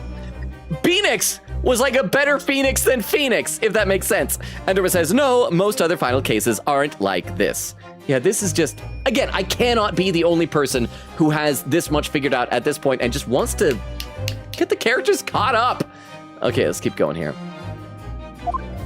Yes, I did, huh? He reverts to dumb in Ace Attorney 5 and 6. He does. He does. Like, the only time that Phoenix Wright is ever even seemingly good at his job is when we are not controlling him as the protagonist, such as in Apollo Justice, or to an extent, in that one case, the Spirit of Justice, when it's Apollo versus Phoenix. And maybe it's just because in those cases, we don't get his inner monologue where he's always like panicking. It's like, what do I do? What do I do? And so it's just like, he's better at having a poker face, even though he sucks at poker. But yes, and thank you for the 10 bits. I need a sip of water. Hang on, sip of water. Yes, I did.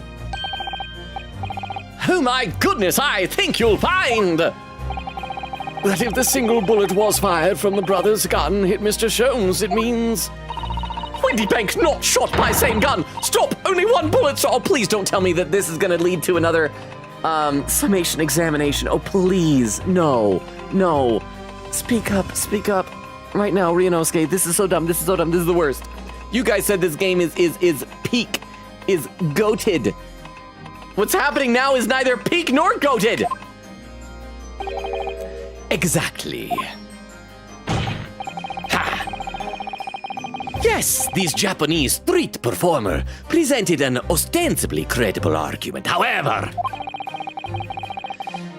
it was never anything more than a diversionary trick with no hope of standing up to scrutiny. Gog! I gotta breathe some more. Oh no, he's dying. Yeah, okay. Just let him, he's not good at this. Order!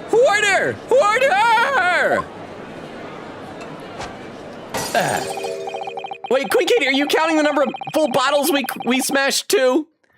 Pray forgive the discourtesy of flinging the dregs of this hallowed nectar into the public gallery. Oh, I thought you just threw it behind you. You threw it into there. You can hit someone, bro.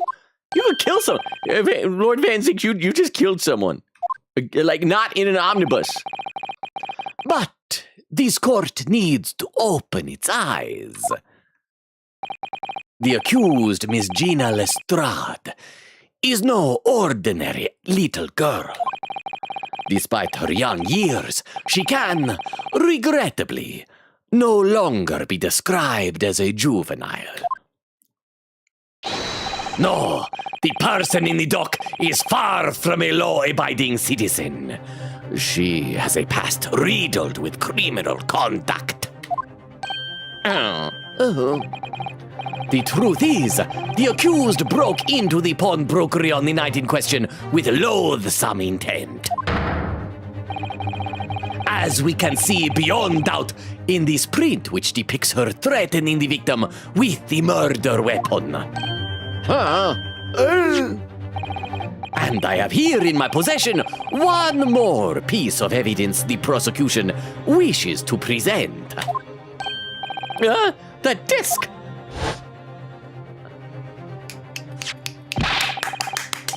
This is perfect. We don't even need to go see Sholmes in the hospital. All we need to do is spray that little bit of blood on the disc with Iris's thing, because that is Egbert Benedict's blood. And if it turns the same shade of green, then we know that's Egbert Benedict's blood on the counter. Okay, thank you, Lord Van Zix. Maybe it won't be that long before we get to the point here. I'll be taking that whatever it's called to McGilded's down to the yard. Thank you very much. No, don't give it to him. It's mine, that is. It's mine. Sorry, miss. But anything belonging to McGilded has to be taken in as evidence now. Yes, that music box disc. McGilded's music box disc. Maybe he'll let us examine the disc and then spray the blood.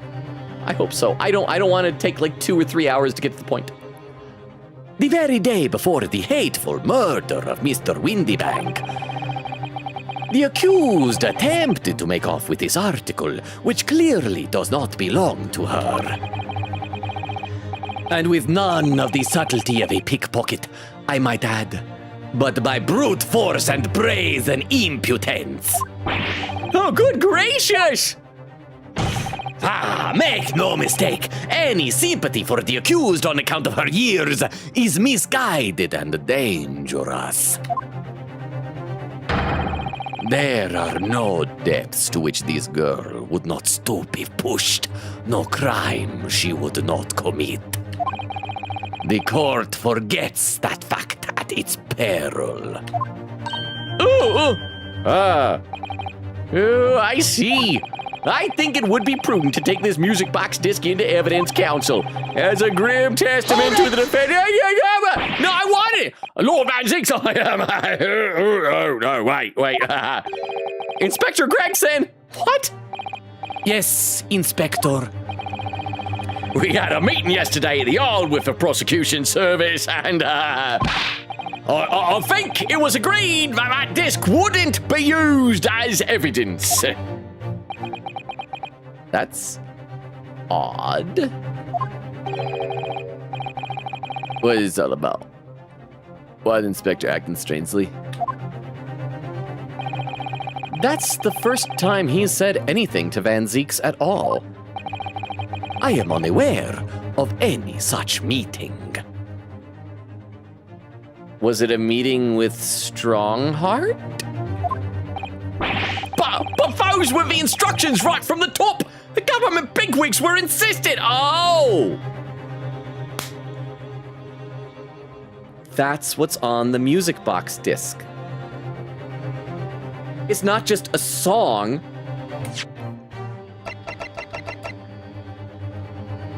It's coded government secrets that are being leaked to foreign agencies. They're doing it via discs. That's why when Herlock was trying all the different music boxes, it was just doing random dissonant notes because it's not meant to be listened to as music.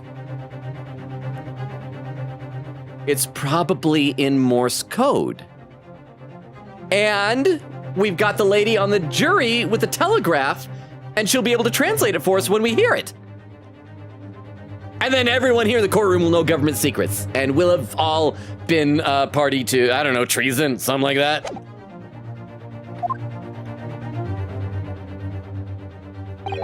Inspector, I am the prosecutor, and I alone determine how to present my case. Your warning is noted. Thank you. The prosecution wishes to proceed with submitting this disc as evidence, my lord. Indeed, bailiff! Music box disc has been entered into the court record. A music box a metal disc used to play music in a mechanical music box. On the reverse side is a note that reads, "For McGilded." So is that how McGilded was getting rich? He was selling government secrets to foreign adversaries? The prosecution has established the accused's motive, opportunity, and the baseness of character. You just yap for a while. I want to look at this disc. I want to see if I can examine it and spray it with blood spray. Oh, we can! Look at that. So obviously we're going to look at that. Well, the question is whether we'll be smart enough that Gina will spray it. So let's first look at the note. For McGilded! That's the man you defended in court a couple of months ago, isn't it, Runo? Yes, or rather mistakenly defended. I wonder what his name is doing on the back of this disc.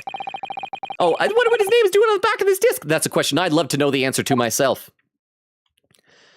Okay, look at the blood. Come on, please, Iris, just notice this blood and just tell me you want to spray it. Oh, Runo, look! Come on, Iris, don't let me down. You're supposed to be the smart one here, right? This is blood. Please, Iris, put two and two together. You have blood spray. You have a spray for blood. Please, Iris, please don't let me down. I do not want to hate a small child, but I will hate you if you don't figure this out. Yes, you're right. Just a small smear, but definitely blood. Come on, Iris.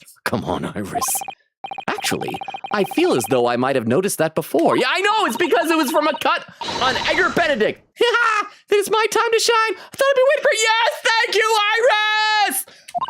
All right, hold still with that Discord. Yes! Yes, Iris. Oh, thank you thank you so much, child. You know what? If anything bad happens to her, like, I will adopt you and I will raise you as my own. And let's see this blood turn green. Can we get this done quickly, Iris? Yeah, come on, let's do this. In a flash. Come on, come on, come on. It's gonna turn bright green. Hey! I was right! Ooh, a lovely bright shade again. Huh. Wait. That color with a U. What is it? It's the same shade as green as one on the calendar, which is not Herlock's, it's Egbert Benedict's blood. It's just that green. It's not the first time we've seen that color, is it? The blood samples portfolio has been updated in the court record. Come on. You guys can put two and two together. You know that this is Egbert Benedict's blood. We were told as much. So that's his blood on the calendar. All right. Well, we're a little bit smarter, but still not figuring things out totally. But we're getting there. We are getting there. All right, let's save, and then we will continue. Once we get some background music, I'll read some more in the chat.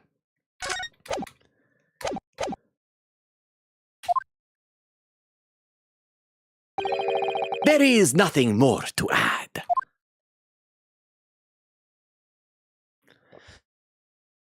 I hope. Game,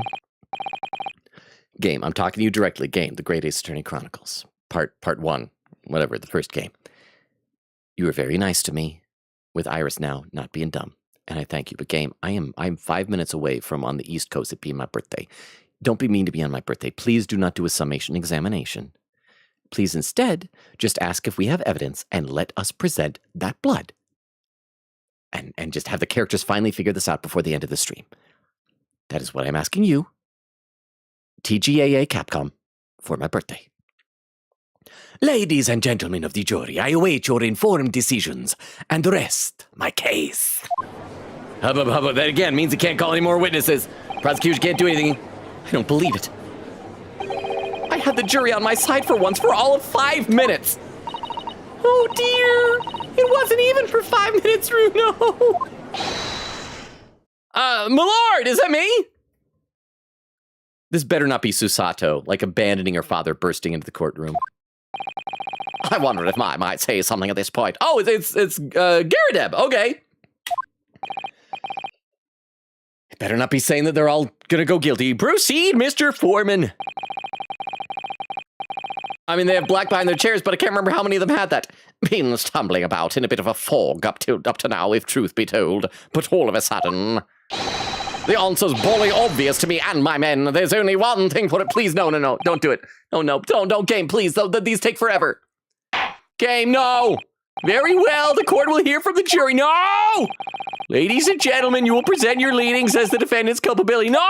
Guilty. No! Guilty. No! Guilty. No! Guilty. No! Guilty! No! Guilty. No!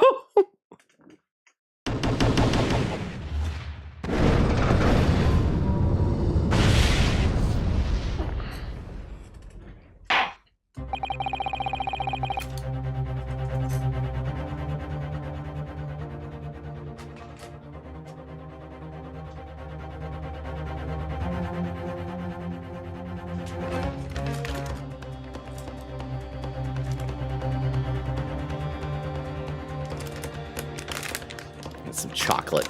I think I've earned one.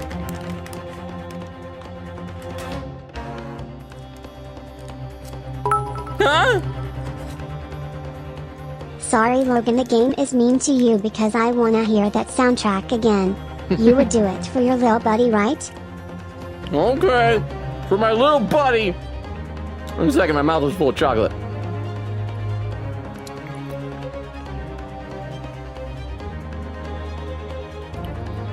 This is still such bullcrap. This is such bullcrap. But thank you for the 10 bits. Let me have a sip of water to wash that down.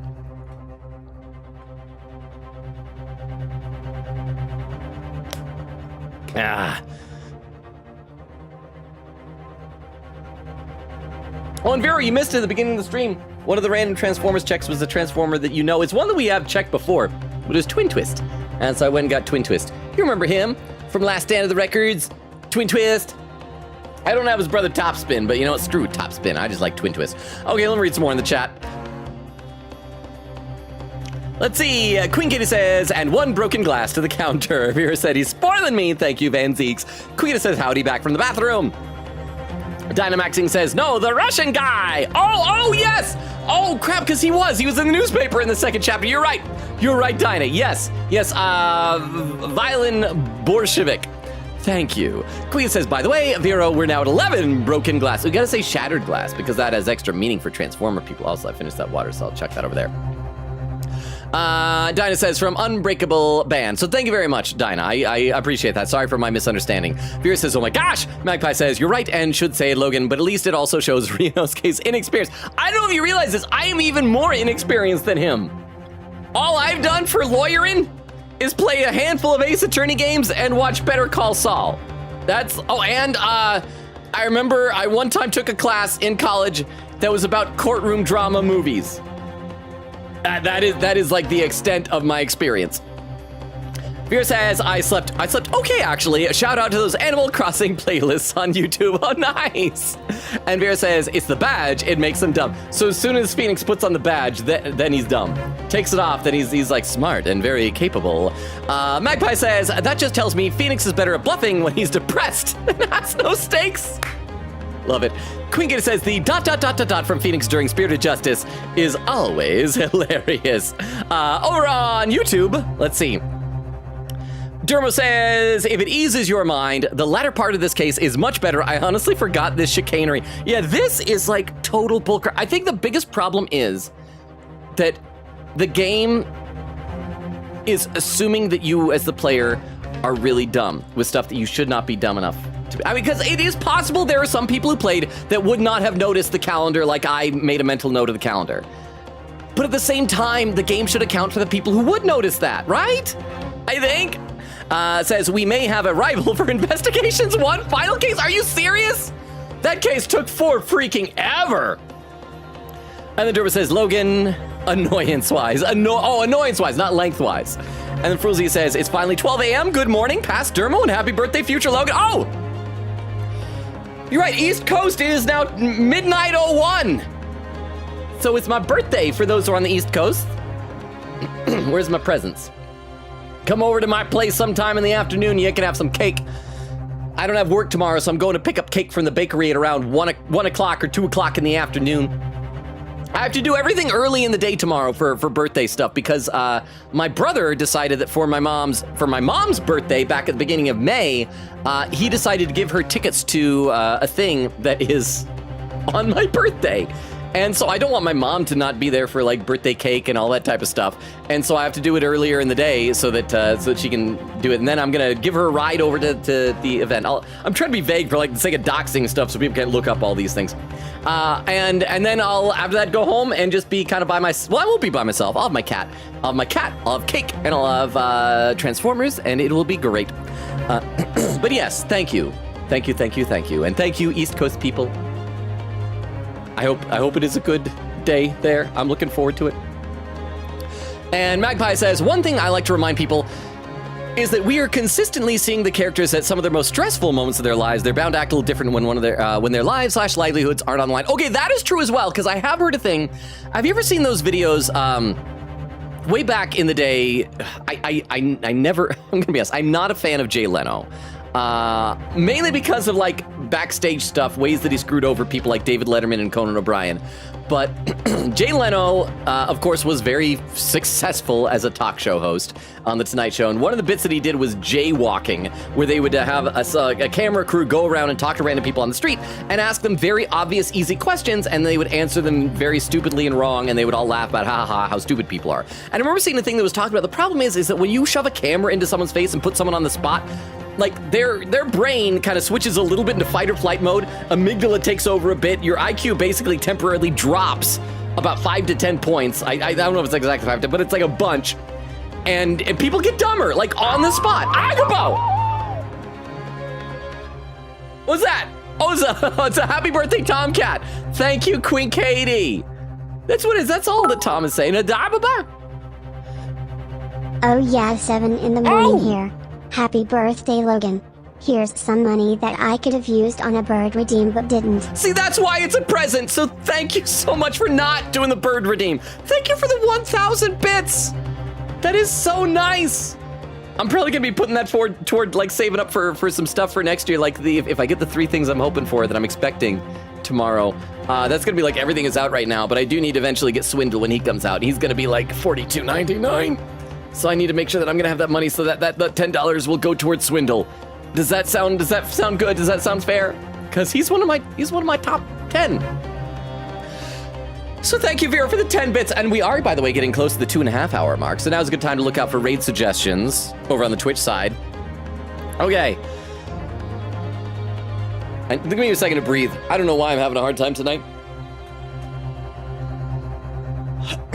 I think it's because, like, I ate a really big snack right before stream, and so I have a little bit of indigestion. Okay, let's play this. We're obviously not going to get through the summation examination tonight. We'll get as far into it as we can in the next 40 or so minutes.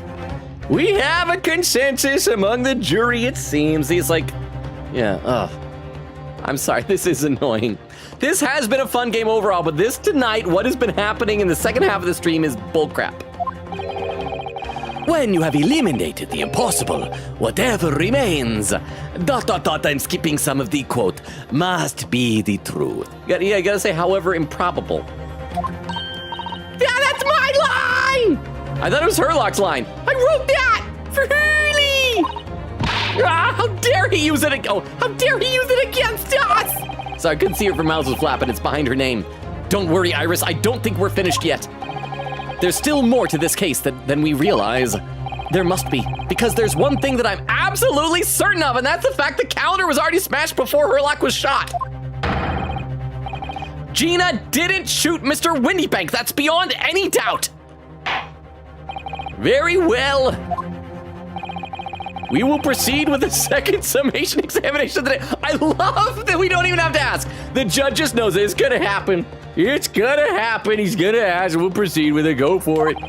Mr. Foreman, are you and the other jurors ready? Garadeb's squadron is primed and ready for action, sir.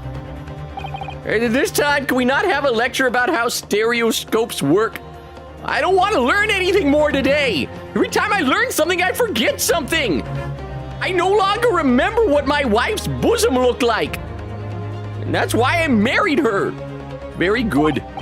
So, ladies and gentlemen of the jury, you will each explain on what grounds you have now determined the defendant to be guilty.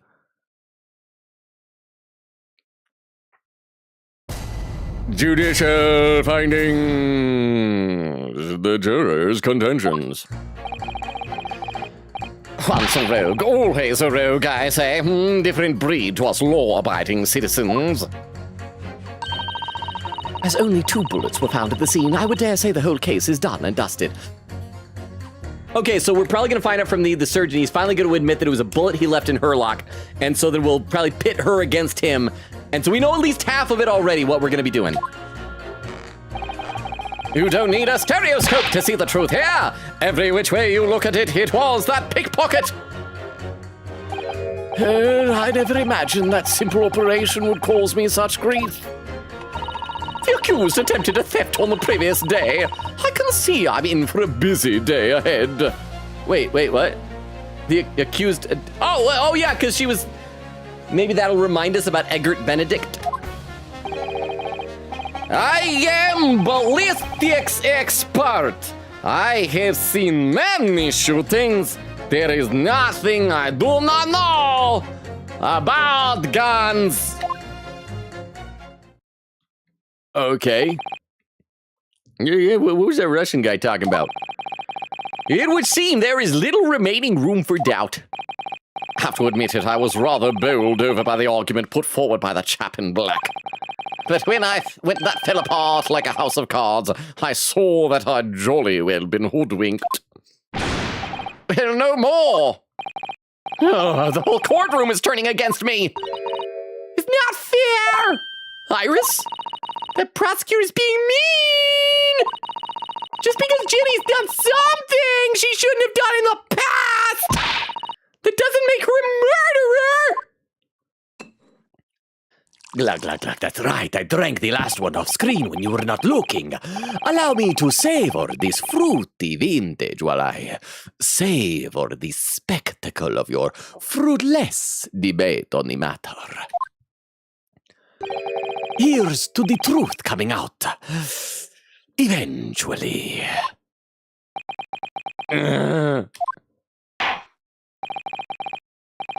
It's enough preamble. Council, proceed with the summation examination. Ah!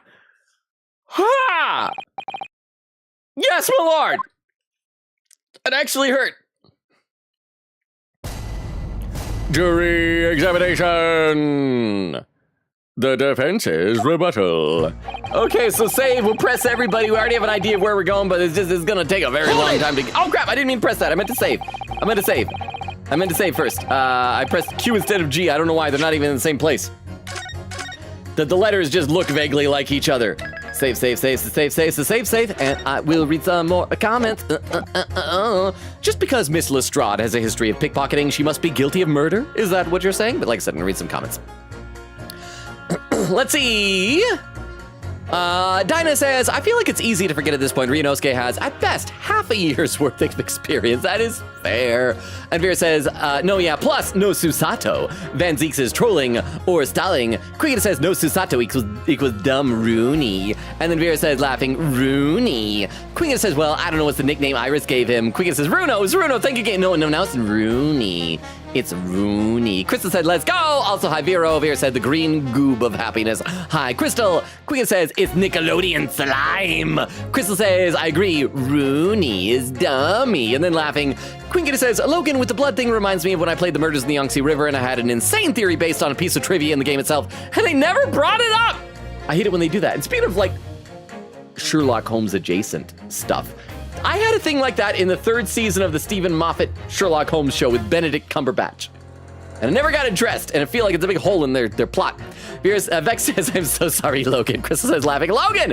Queen says, 11:58 p.m. my time, amazing. Crystal says, same. And Vera with the TTS, Crystal says, laughing, and Vera says, yay, I get to dance to peak. Are you dancing right now? You better be dancing. Let me take a look at our YouTube chat. Hang on, I gotta scroll up a little bit. Just gotta scroll up. Gotta scroll way up. Durba says, I mean, case 3 was very Saul Goodman, like, oh, it was, in like a really fun way. And Frilzy says, I also sent the artwork to the artwork channel, so you can check it out at your leisure. Well, I'm gonna check it out right now. So, for those who didn't catch it earlier, Frilzy apparently posted some birthday artwork on Discord for me, so let's take a look at that. I'm just gonna, I should like, excuse me, I gotta breathe. I should get in the habit of leaving Discord open on my computer and set up like a source for it in OBS. So I can just show it and look at stuff instead of holding my phone up.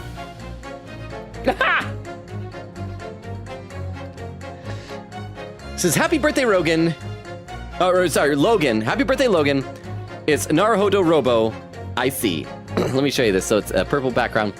And it is, it says objection at top. And there it says happy birthday with all these exclamation points even climbing up. Let me see if I can zoom in a little bit so you can see the face. I don't know if the contrast of my camera will allow you to see the eyes with the big bright blue eyes there. That is so cool. I love it. I love it. Thank you so much, Rosie. That is so nice of you. Thank you. I really, really appreciate that. Deborah says, Logan, it's a several-hour flight. Well, then you guys will get here just in time for cake. And Frulzy says, I got jump scared by Logan's me having a birthday too. Oh, I need to go. Actually, for the first time, I had been checking Tomodachi Life every single day, but for the first time a couple of days, I just haven't. I've gotten out of the habit of it. It's been getting so frustrating because I never have time to create new characters, even though I have so many slots available. And I just go in and people are just fighting and the married couples are just not enjoying each other's company. And it's just sad and depressing. And the outfits and the room backgrounds that I want are not showing up on the random allotment. But I will pop in, I think, tomorrow. I'll try to remember to see the me of me having a birthday. Just because Miss Lestrade has a history of pickpocketing, she must be guilty of murder? Is that what you're saying? Well, are all members of the British Army so quick to judge? I beg your pardon. Are you mocking Her Majesty's Armed Forces, the greatest military organization in the world? No, I am simply illustrating my point. Oh, Making assumptions about people because they're a soldier or a pickpocket is wrong and dangerous. That's right, chat. You heard it here for the very first time ever in your entire lives. Prejudice is wrong. The more you know. well, yes, might have a point there, I suppose. But let's not forget the girl has already shown she had it in her from before. She is clearly a criminal sort through and through. Can't deny it. When you say that she'd shown she had it in her, are you referring to this? Exactly. Tried to swipe that the other day earlier. Or am I mistaken? Not exactly. Given that I was actually there at the time, it's hard to refute that. I've never actually seen the real thing. I can't wait to have a closer look at it. Player, I hope you look at it and examine it. Wait, hang on. Oh, well, I've just been handed a note. The player has already examined it. The game did not have faith in you, player. Oh, yes, of course. Mr. Sholmes did use his caramel bars to make a copy of the disc, didn't he? And then ordered every type of music box he could find from across Europe. We still don't know what tune it plays, though, do we? I'm just showing the gun to remind you about the blood gas, but I'd love to see how the original compares to Hurley's copy. McGilded's disc. Could it be a clue somehow? Perhaps we should examine it in more detail. Hang on, I'm being handed a note. Yeah, the player already did. Yeah, no, the game had no faith in you, player. As only 2 bullets were found at the scene, I would say the whole case is done and dusted. Hold it! It's the number of bullets that has you convinced. Only 2 bullets were fired, and the 2 guns that fired them have been examined by the police. When the parlor maid asks me how many are invited for dinner, I always tell her to count the table settings. Well, that's logical, I suppose. Although, yes, sometimes after dining, crockery does go missing. 1 or 2 guests rather like the fine china. Does your employer dine with thieves? So I suppose, if there was another bullet somewhere of which we were unaware, I'd have to reconsider my position. Okay, so again, we're gonna talk to the old man. He's gonna finally tell us that there's a bullet in Sholmes' body. Well, it's not impossible, but I can't prove it yet. A 3rd bullet somewhere in the scene, can that be possible? You know, I'm gonna save, and I'm gonna say, yeah, I'm gonna say I can prove it. And the game, but I don't know if the game's gonna take away hit points. But I can, the game just won't let me prove it yet. I'm gonna say I can prove it. I can prove it. Uh-huh. Oh crap, hit points! Allow me to show you then the 3rd bullet. I mean, it's technically this. Take that! Take that. I don't suppose this had passed as the 3rd. It is the bullet in the calendar! It passes for a bullet as much as you pass for a lawyer, my learned friend. So it passes well? Coming from you, I'm going to take that as meaning not much. In no way does it resemble a bullet, if that helps your understanding of my last remark. Ah! Counsel, at the very least, I would expect the evidence you present to be of corrective. Okay. I hate that it's like, it's impossible, because it's not impossible. It's just the game won't let me. So I will say for now, it's impossible. It's impossible. Unfortunately, only 2 bullets were discovered by the police during their investigation. Yes, I know. Right. And I don't imagine the good men of Scotland Yard would have overlooked anything. If I missed a bullet while I was cleaning his lordship's office, well, I should receive a sound scolding, I don't doubt. And he should receive a visit from the police, perhaps. It sounds like a crime scene to me. The 3rd bullet! It would completely turn things around if there was one, wouldn't it? Do you think we might find one lying around somewhere? One in Sholmes. You don't need a stereoscope to see the truth here. Every which way you look at it, it was that pickpocket. Hold it! So if I've understood correctly, you need 2 pictures. Oh, why? A left eye one and a slightly different right eye one. Why are we talking about that? Exactly! Then you can see the scene in 3 dimensions, like this. So if we have 2 bullets, I don't suppose you can see anything useful with them. I think you'll find that no matter how much you squint, the truth of the situation always looks the same here. Oh, the only person who could have shot the victim is that girl in the dock. How can you be so sure of that, huh? Make Van Zeeks cross his eyes game, please. There gotta be some way that we could do that, right?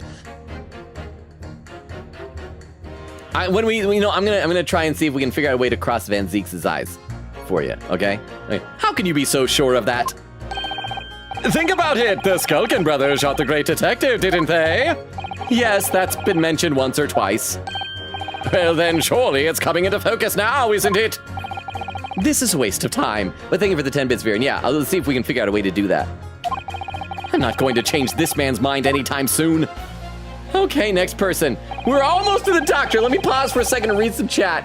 And then we're probably not going to get through the whole summation examination, but I at least want to finally establish the whole thing with a bullet, which should be enough to convince everybody. Let's be real. Okay. Queen Katie says, I think I like this version of the dramatic uh-oh attorney theme. Vera says, I remember him! Oh, you remember Twin Twist? Yay! Dinah says, I personally love cross-examining the jury. I don't understand the hate. I think for me, it's just that it's so much and so long and usually such dumb arguments. I like that there's a new game mechanic. And in this case especially, I think I would be more okay with it if it wasn't so obvious. Like, to be honest, we shouldn't even need to do a full summation examination. All the information that we need is in our court record. We see that the blood is green on the disc. We see that the blood is green on the calendar. We should just be able to explain that. Say like, okay, because this, we were wrong earlier when we said the blood belongs to Herlock Sholmes. Blood is clearly somebody else. Check with the doctor, what you talking about? You say the bullet hit him. Yeah, this should take like 5 minutes.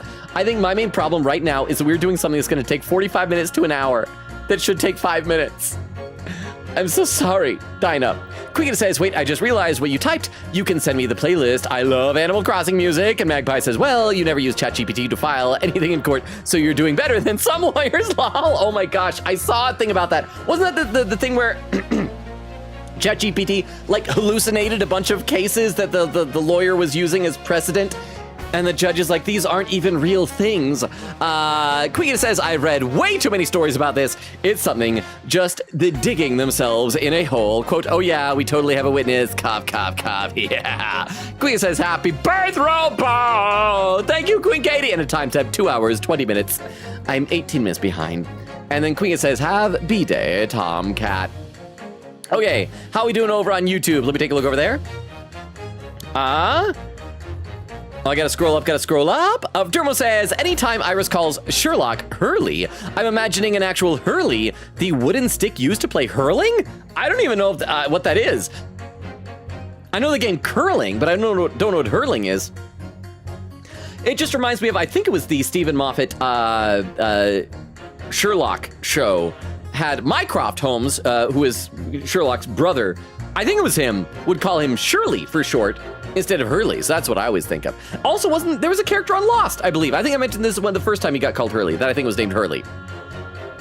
Frilzy says, did not expect that memory joke to go the way of the bosom. That caught me so off guard. I'm sorry. I should not let my jokes get dirty. I always feel guilty whenever I do. Derma says, Iris, objections on the basis of being prejudicial likely don't exist yet. The eyes look like Neo-Arc? What is Neo-Arc? Because at Frilzy, quote, the way of the bosom sounds like a marital art style. Where can I learn that? I think that's, because wasn't there an Avatar movie, Avatar, The Way of the Water? They had to have one, Avatar, The Way of the Bosom. Because like most of the girl Navis, I think they're just topless. They just wear necklaces that always happen to cover up things. Either their necklaces or their nipples are very sticky. I don't know which. I never imagined that simple operation would cause me such grief. Hold it! Ha! Would you please stop muttering about things that have nothing to do with this trial, sir? Please stop. Stop talking about leaving a bullet inside a Herlock Sholmes that would clearly acquit my client. Stop talking about that.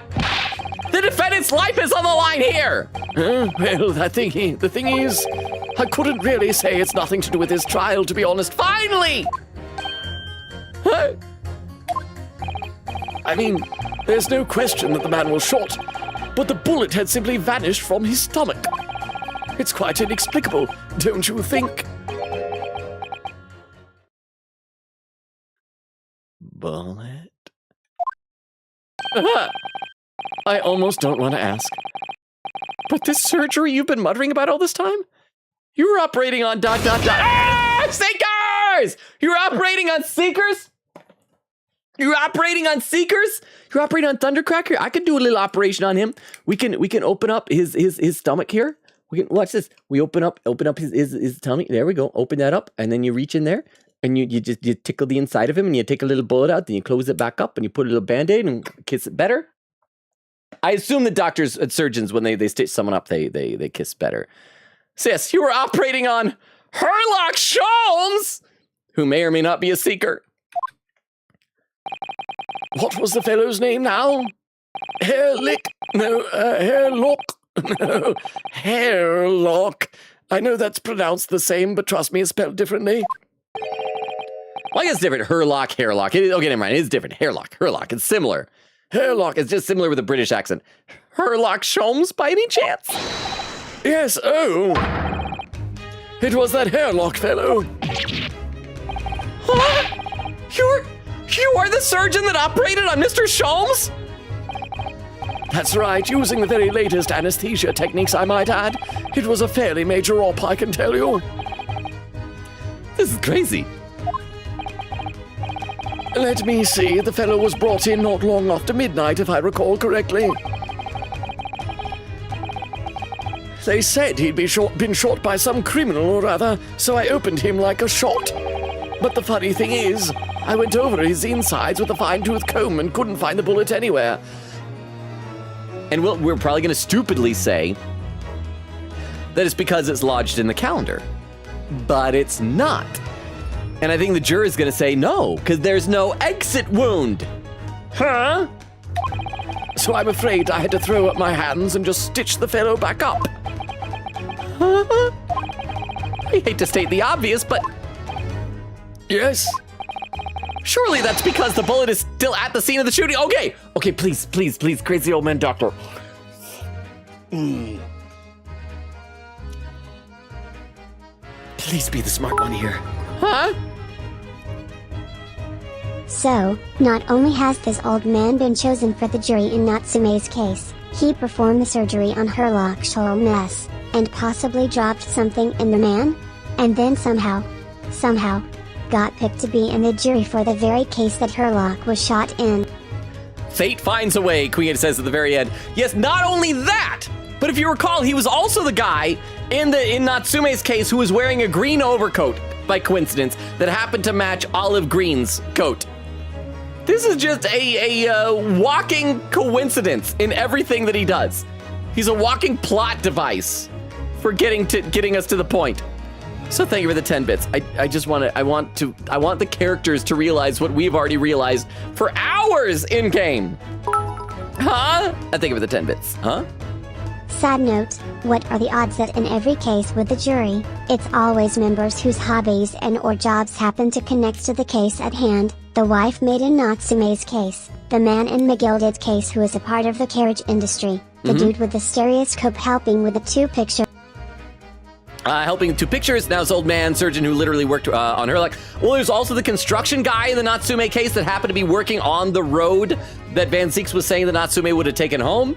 There is also the lady on the telegraph, which I think might come into play if my guess is correct, that the music disc actually contains Morse code with government secrets on it. There's like so many different things that this could all work out to be and be related. It's not realistic, like in any way, shape, or form. But it is very dramatic. But thank you very much for both sets of 10 bits, Queen Katie. Surely that's because the bullet is still at the scene of the shooting. I haven't bothered to look and notice the two colors of green. I mean, why? It makes me less. It makes me want to root for Ryunosuke less that he's being this dumb. That we saw the color of the blood on the disc is green, same shade of green on the calendar, and we know that the blood on the disc is Egbert Benedict's. That was explained to us. Counsel for the defense is correct.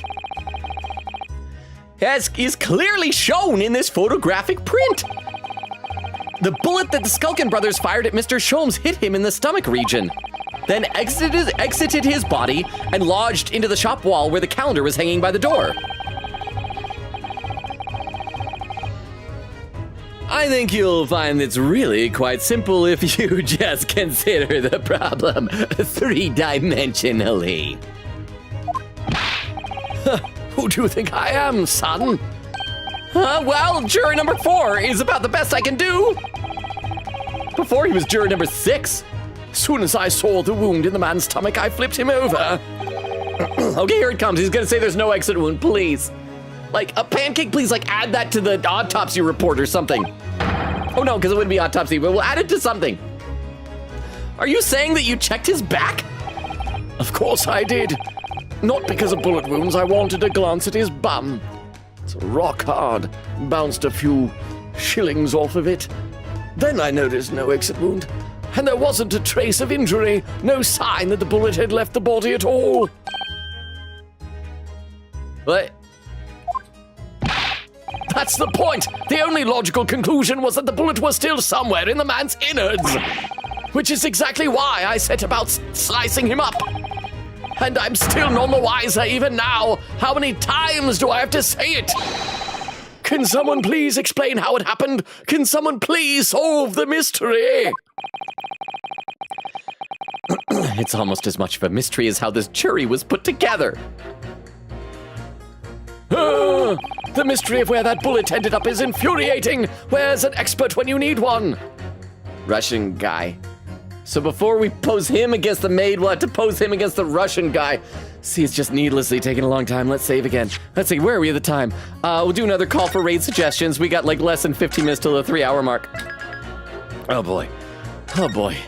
I feel like I should feel proud of myself and feel like very confident and cocky that these dumb guys, I'm smarter than them.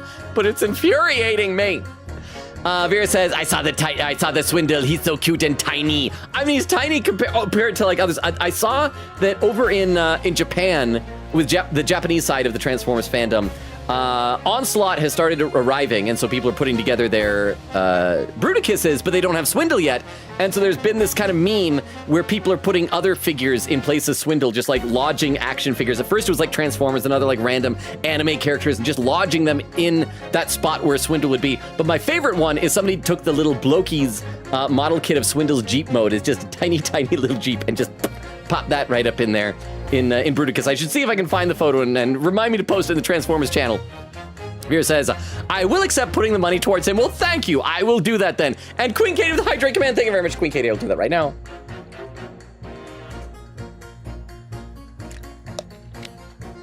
Vera said, the stuff I've read with Swindle in it until all are one were insane. I gotta know your thoughts on a Gestalt being a bunch of guys in one brain room versus a combiner being a new being of mashed up brains, because I had the discussion with my friends at the time. I feel like, I'm trying to think how much I should go into this. I'll do it really quick, and then if you remind me, I can maybe go into more depth on Discord. I don't like the idea of combiners being mystical stuff. I don't like the Enigma combination. I don't like it being a magical thing. I like just the idea that they're using technology to combine them. In that case, I like the thought that they don't completely lose themselves. I like the idea that when it merges, it's maybe just like pieces of all of them put together, and you might have a new personality emerging, but that you still have like the individuals within it. That's what I think. But I also feel like which way it goes can and maybe should vary depending on the combiner. Like, I would love to see someone like Menasor, because a lot of the characters in that are just like so mentally unwell themselves that they don't have as cohesive as a whole together, and so they don't come together for a strong one. Whereas like someone like Devastator, they're much more single-minded in their purpose, and so they have a much more cohesive mind, if that makes sense. Queen Gita says, I got some funny TTS planned based on how far we go in this jury section, lol. Magpie says, I'm going to play a game with friends. I'll be lurking. Have a good time, Logan. You're doing great. Thank you, Magpie. Thank you for the lurk. Are you going to play Mecha Chameleon? Thank you for the lurk. And then Vera says, bye, Magpie. And then Vera says, I am. Let me take a look over to YouTube chat. Let's see. Derma says, hang on, I got to breathe again. Oh, I don't know why I'm having such a hard time breathing tonight. Derma says, hurling, it's Ireland's national sport? Ton of fun. Okay, I need to Google this really quickly and see what it is. Hurling. Sport in Ireland. Okay, so it looks, based on the pictures that's showing up, it looks like it's similar to lacrosse or something. They got like a big stick with a scoop at the end. It says it's often recognized as the world's fastest game? Wow. Dating back for thousands of years? That sounds cool. I might have to look more into this. Edward says, it's not just that Ryu is wrong, he's confidently and smugly wrong. That is true as well. That is very true. Back over on Twitch, Dinah says, Bill Nye segment, did you know that? Prejudice is bad. Now you know. And Vera says, I've seen people edit images of Van Zeeks to make him cross-eyed. Okay, we need to try to do that. If we look at Van Zeeks again, I don't know if we will tonight. Did I save? Let's save again. Save. Let's see if we can at least get to the point maybe where we combine this guy with the Russian guy. We gotta press again, just for content's sake. Mr. Sholmes' surgeon is on the jury? I've experienced some coincidences recently, but this is ridiculous. It is. I'm as surprised as anyone. But there's no question that Mr. Sholmes was shot. Well, that's what the police told me when they brought him in.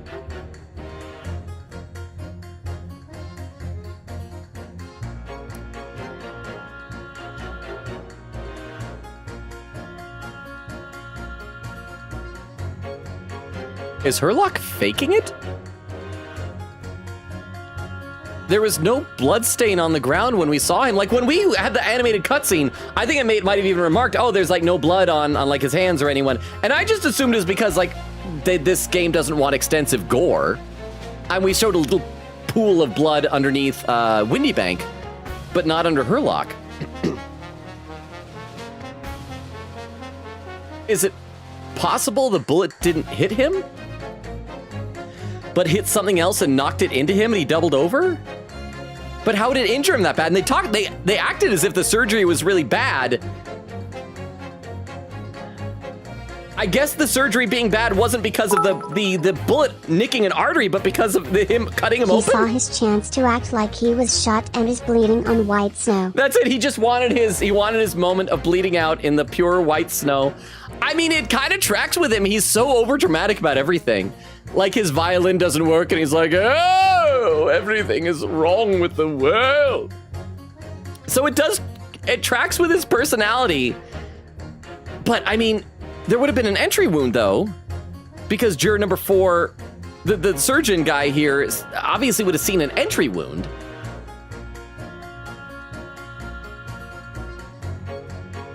Was he stabbed instead of shot? Like with something that would leave basically a bullet-shaped hole? Like, I don't know, a round knife or an ice pick or something like that? Is this the thing that I need to go back and look for in that animated cutscene showing us when we find him? Some like long stabbing implement that could wound him instead? Interesting, okay. Well, that's what the police told me when they brought him in. How bad were his injuries, doctor?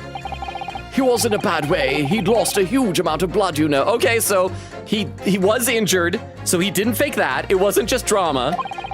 And I suspect he was shot at quite close range, too, because his skin was badly burnt around the point of entry.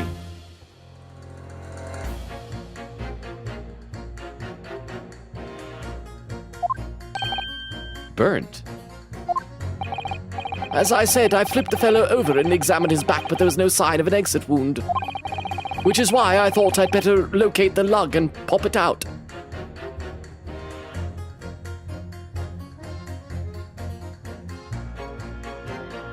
I mean, we never actually saw how far away the Skulkin brothers were from Herlock. I guess it's possible that they might have been right there at point blank range next to him. But after we chased off after them and came back in, Susato was there next to him. Susato shoot her lock? Was my theory that our weird girl sidekick is a murderer accurate? It wasn't really a theory, but more of like a goofy guess theory. And yet you say you found no bullet inside the patient? Well, I wouldn't have done, would I? Because it's in the wall of the pawnbroker's. But it couldn't unless there was an exit wound. But how did it get there? I need someone to solve this mystery before it drives me to insanity. If only there was some expert in ballistics who could help, even if he looked extremely untrustworthy and was Russian and had a mouse and a beard.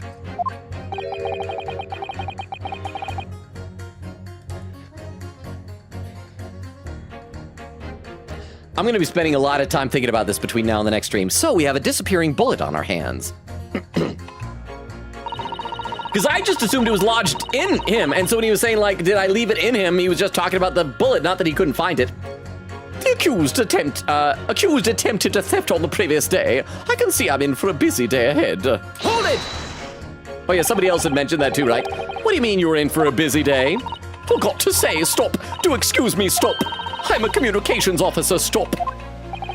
A communications officer? Does that have something to do with sending telegrams? Everything from personal messages written by members of the public to the latest news in the capital. So, like, the whole thing about her having this is to show that she's fluent in Morse code. So yeah, that's what the disc is gonna have. I convert all the messages into Morse code and tap it out to the entire world electronically. To the entire world? Thousands of miles of cable under the sea, stop! Worldwide communication network, stop! Information transmitted to and from all corners of the globe, stop! Yes. She was getting equally worked out up about radio waves or the like before, wasn't she? I specialize in communicating information from government departments and newspaper offices. I see. I'm sure I shall have to wire the newspaper reports of today's guilty verdict later. So no sleep for me tonight, I imagine. Let's just finish the trial first, shall we? I should ask Queen Katie, are we anywhere close to reaching your spoiler clips that you had? Here we go. I am ballistics expert. I have seen many shootings. There is nothing I do not know about guns. Hold it! Hold it! I thought you were just a tourist. Let's see here. Tourist, terrorist. Oh, I mix up tours. And terrorist, not tourist. They sound similar. Good day! I am visiting London for sightseeing. I would like to take bus to Crystal Tower, please. There's no way he's just a visiting tourist. So, you're a ballistics expert? Who knew? I have much experience with guns. I have lived through many, how do you say, extreme, violent bath of, no, blood, Extreme violent bloodbaths, perhaps! I've lived through some of these too. That squeeze my mouth. Those extreme violent bloodbaths. English is very difficult tongue. Considering the sort of people you associate with, I'm surprised you still have a tongue. Anyway, if you have questions about bullets and guns, you ask me. There is nothing I do not know, no mystery I cannot solve. Glad that we're gonna rely on the kindness of a terrorist, although he didn't explain why he voted guilty. He's very confident in his knowledge of guns, that's for sure. But if possible, please only in Russian language. He's not very confident in his knowledge of English, though, is he? No, still, we should bear it in mind. He's our man if there's a mystery about guns or bullets. Oh, if only we had spoken 2 minutes ago about a mystery about guns and bullets. Van Zeeks has managed to convince everyone. When you have eliminated the impossible, he said, but he hasn't! If we're going to fight back, we need more material. And we have to fight back. We have to turn this trial around again. And we just passed the 3-hour mark. Last call for raid suggestions. Did anyone have raid suggestions? All right, we're on this guy. Let's save. Let me fully catch up to chat for a second time. Do I have a song for the second time if I catch up in chat? I don't know if I do or not. Let me just read some. I need to catch up to chat. Let's see. Did we look over at Van Zeek's? I can't remember, so we'll have to wait till next time to try and make Van Zeek's cross-eyed for Vero. Atlantic said, not gonna lie, I took a nap after stopping by early on. Happy birthday, Logan. Hope you have fun tomorrow. Thank you, Atlantic. And I hope the nap was a nice and refreshing one. Vera says, I get excited over summation examinations like how I get excited over scrum debate in V3. Atlantic says, now I go back to sleep because it's way too late. And Vera said, go rest, Atlantic. And Atlantic said, just know, Logan, if I had 10K, you would have seen Seekers. Oh, is that why we did? Vera said, I can do it for you. And there was the Seekers. So thank you, Atlantic. And thank you, Vera, for doing that on Atlantic's behalf. Good night, Atlantic. Thank you for being here. Queen says, amazing timing. Vera's laughing. Yay, TC mentioned. And there was the TTSs from Queen Katie. Said, imagine we just blame Strongheart for this time. So I still think he's going to be the big bad. If not this game, definitely the next one. I think he's the one that actually killed McGilded. I'm probably wrong, though, but the time said with 2 hours, 47 minutes, so I'm less than 15 behind. Vera said, please, I need to see Little Jeep Swindle. And Crystal with some raid suggestions. Thank you very much, Crystal. Let me copy these over into my text file. If I can open my text file. Remember to breathe. Okay. Don't think, feel. Thank you, Chie. I'll do that right now, okay?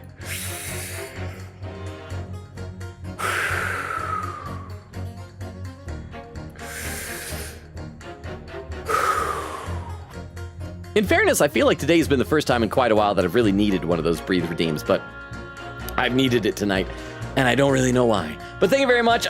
Wait, who was it that did that? Crystal, for the breathe redeem, the breathe command.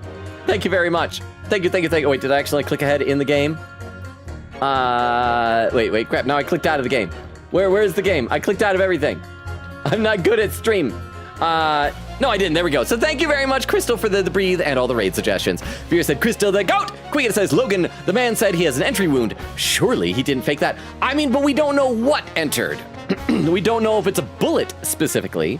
It is also, I guess, is it possible that Susato removed the bullet on the scene? If she did something like that, though, why would she not tell us about it? Or that Herlock himself did it? Because there was not a lot of blood on the scene. Maybe, okay, if any of you, I was kind of like this when I was little. If you get like a scab, you just want to pick at it and scratch it, and it makes it worse and makes it take longer to heal. Maybe you got like a little bit of a bullet wound, and there's like a bullet in there, and he's like, I just like picking at it, scratch it, and then like eventually pulls out the bullet. I mean, there's other possibilities as well that he wasn't even shot there, but like was just hurt in some other way. And then after he was taken away, someone at the hospital, like in their version of an ambulance, just shot him. Maybe Egbert Benedict is like a paramedic or something and just pulled out a little gun and like that into his gut. That's why it'd be point blank. I don't know. There's a lot of possibilities. Oh, didn't mean to click ahead on that. A lot of possibilities. Vera says, laughing. Guida says it wasn't the surgery that was bad. It was making her like sleep enough for them to do. Oh, that's what's the anesthesia. That's right. Dinah said, how do you fake getting shot? He had a wound. But again, it's like, if there was no bullet in there, and no exit wound, then again, maybe he was stabbed. It was kind of like I had that theory in the very first case in this game that it did turn out that it was a poisoning, but I was saying that maybe he was like stabbed I don't know. Dinah said, I feel like any doctor worth their salt could tell the difference between a stab wound and a bullet wound. Okay, that's true, because he said there was burn marks around it, so a regular stab wound wouldn't account for the burn marks. Unless it had something to do with the broken lamp? Because do you guys remember, wasn't the lamp broken there? And that had a fire in it. So if that was hit and maybe went flying and he was like stabbed with the candlestick thing, that could have burned him? Maybe? Queen says, Logan, don't you dare, don't you dare, don't you dare, don't I dare what? Dinah says, Susato, shooting Sholmes. I mean, maybe it would be quite a twist. Said, quote, what you've just said is one of the most insanely idiotic things I've ever heard. Oh, is that from, is it Dodgeball? At no point in your rambling, incoherent response were you even close to anything that could be considered a rational thought. Everyone in the room is now dumber for having listened to it. I award you no points, and may God have mercy on your soul. Oh yeah, but there's still this whole thing that she knows about the Hound of the Baskervilles. The full title. And the only way that she should know that, in theory, would be if that she had gone into Windybanks and was able to access the manuscript in there. And so maybe she was doing some underhanded criminal activity. Queen says, I technically have a spoiler clip for here, but I'm waiting for the full answer to be revealed, which I don't know if you're getting it tonight. You have to finish the jury section. Oh, we are not finishing that tonight. Vera said, this is tickling me. He's truly losing it. Queen said, just me, like me last GAA stream. Vera says, it's okay, Logan, it's so valid. I'd be losing it too. Vera says, anything to make Susato do it, which is really funny. I just think it'd be a lot of fun if at some point we have a weird girl sidekick who is legit a murderer. The closest we had to that was a certain someone in the second season of Batman Telltale series, except she murdered someone I really like, so I don't find her whimsical. Vera said, if you don't think he's got a pocket watch that stopped the bullet, well, something went into him and something left a burn mark. Kind of like that we saw on Windy Bank, there was a burn mark around him.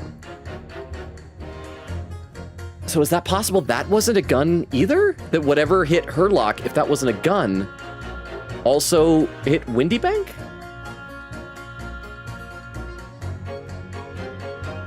Egbert Benedict had that really weird cane. You guys remember that? And I don't think we were trying to confuse, like, is this the handle of a shovel or something? Maybe it's like a flamethrower cane? And he's running around there in the dark stabbing people with it? I don't know. Vera says, or something cheesy. Queen says, hey, at least that makes more sense of what they did in Detective Conan once. Mahjong tile, I believe. I have seen some videos of people just trying to replicate crazy Detective Conan stuff. Like one of them was, if you have a pile of like, was it salt or sugar or powder, maybe sand, and put a glass in it, tip it at an angle, and then blow it away will the glass still stay standing up. And I've seen mixed results with that, apparently. Vera says, if it works, it works. Dinah says, oh yeah, it's Billy Madison, not dodgeball for that quote. Okay, to be fair, it's... Last time I got a haircut, the lady who cuts my hair, we got into a random out of the blue conversation about Billy Madison. And I realized I only remember about 3 scenes from Billy Madison. I remember the scene where he pretends to have peed his pants to help out the kid. I remember the scene where he's studying and Chris Farley takes off his shirt to encourage him. And I remember the scene at the end where the clown that you thought was dead pops up and he's like, hey kids, but you thought I was dead or whatever. Oh, and there was also a penguin, a guy in a penguin suit at some point. But I remember so little of that movie. It's been so long since I've seen it. And Vera says, oh my gosh, Logan, I love you. This is absolutely killing me. Why? Because I'm so wrong about everything.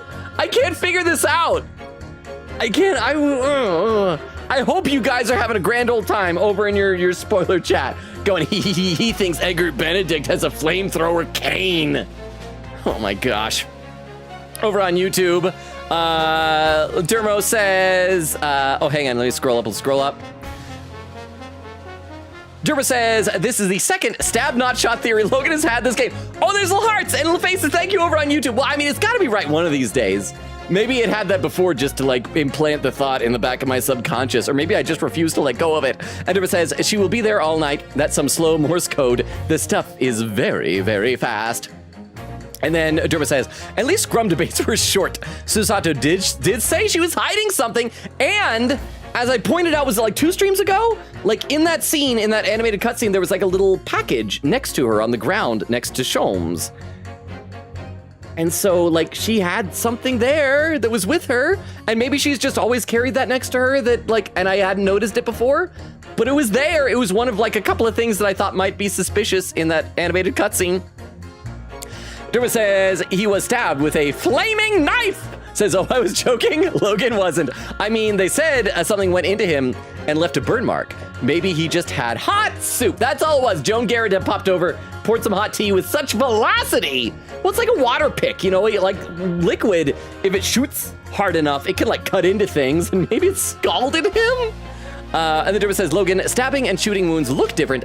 I used to be interested in forensics. Okay, I don't know about forensics. So, I mean, I figure stabbing is probably more of a slit, but what if you have like a more of a round implement, like a round sharpened dowel or like an ice pick? Like stabbing with an ice pick, I would imagine that might be similar. I don't know. Vera says, where did the flamethrower cane come from? Because Egbert Benedict has a cane with a weird handle, and we thought it was like a shovel handle without the thing. And I was thinking maybe it's more suspicious, and if there's a burn mark, maybe he stabs and has a little fire spitting out of it to give a burn mark when you're stabbed. I don't know. Dinah says, I feel like you're doing too much theory crafting. Vera says, oh, it's out there. So out there, it's hilarious. Squeaky says, sure, Grandma, let's go to bed energy. Vera says, I'm not making fun of you. Ace Attorney games are ridiculous. I don't blame you.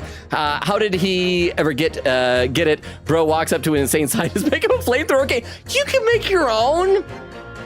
I bet if I had the materials and enough gumption, I could make a flamethrower cane.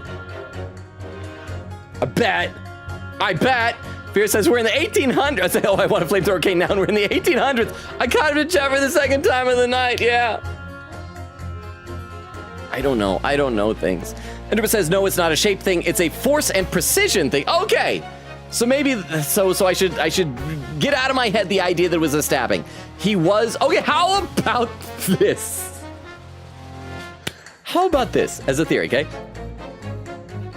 You guys know how, like, when you're little and your adult teeth start growing in and your baby teeth get all like loose and wiggly, if they get really loose, sometimes there's a stereotypical thing that you'll do. You'll tie a little string around the tooth, tie it around the doorknob of the door and slam the door shut, and it'll yank it out and you'll knock the tooth out, right? You tie a little string. What if you have a gun and you tie a little string around the bullet and then you shoot someone with the gun and it goes, the bullet's in me. And then when no one's looking, you take a string and pull it back out. Just yank it. And also hope that the extreme heat and friction of the bullet traveling doesn't like burn up the string. Or maybe it's just something that naturally has the string in it anyway. Like, oh my gosh, I wish I could remember. I tried to make a mental note of this. I was walking through Walmart the other day and there was a song playing over the PA. And it sounded like the song made a reference to a tampon about like pulling a string like a tampon or something like that. It was like a weirdest lyric. I'm like, this is at Walmart? Maybe it wasn't a bullet. Maybe it was just a really long string tampon. And then as the string out, and we're just right out of that hurl. And what's nice about it is that the entire time it was in there, it was doing its job, what tampons do in absorbing blood. To stop up the wound. Like, you know, as far as things to get shot with, a tampon is probably one of the best things to get shot with because then it'll staunch the bleeding. Is that the right word? Staunch? I think? I don't know. Quiggin says, to be fair, points at Iris. That's true. She can make a flamethrower cane. Vera said, I want to see you try to make a flamethrower cane. Please, I'll pay for materials. And then Vera says to Quiggin, absolutely fair. Quiggin said, Logan, I think your birthday is making you loopy. Go save it, go to bed. I'm going to soon. I said before, I didn't sleep well last night. My brain not working right now.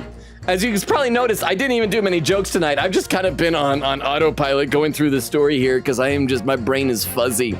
Vera says, it's so entertaining, I'm having so much fun. Queen says, man's acting like me when I have sleep gummies. Vera says, wouldn't his clothes get burnt like how you do stop the spread of fire on his coat? Yes.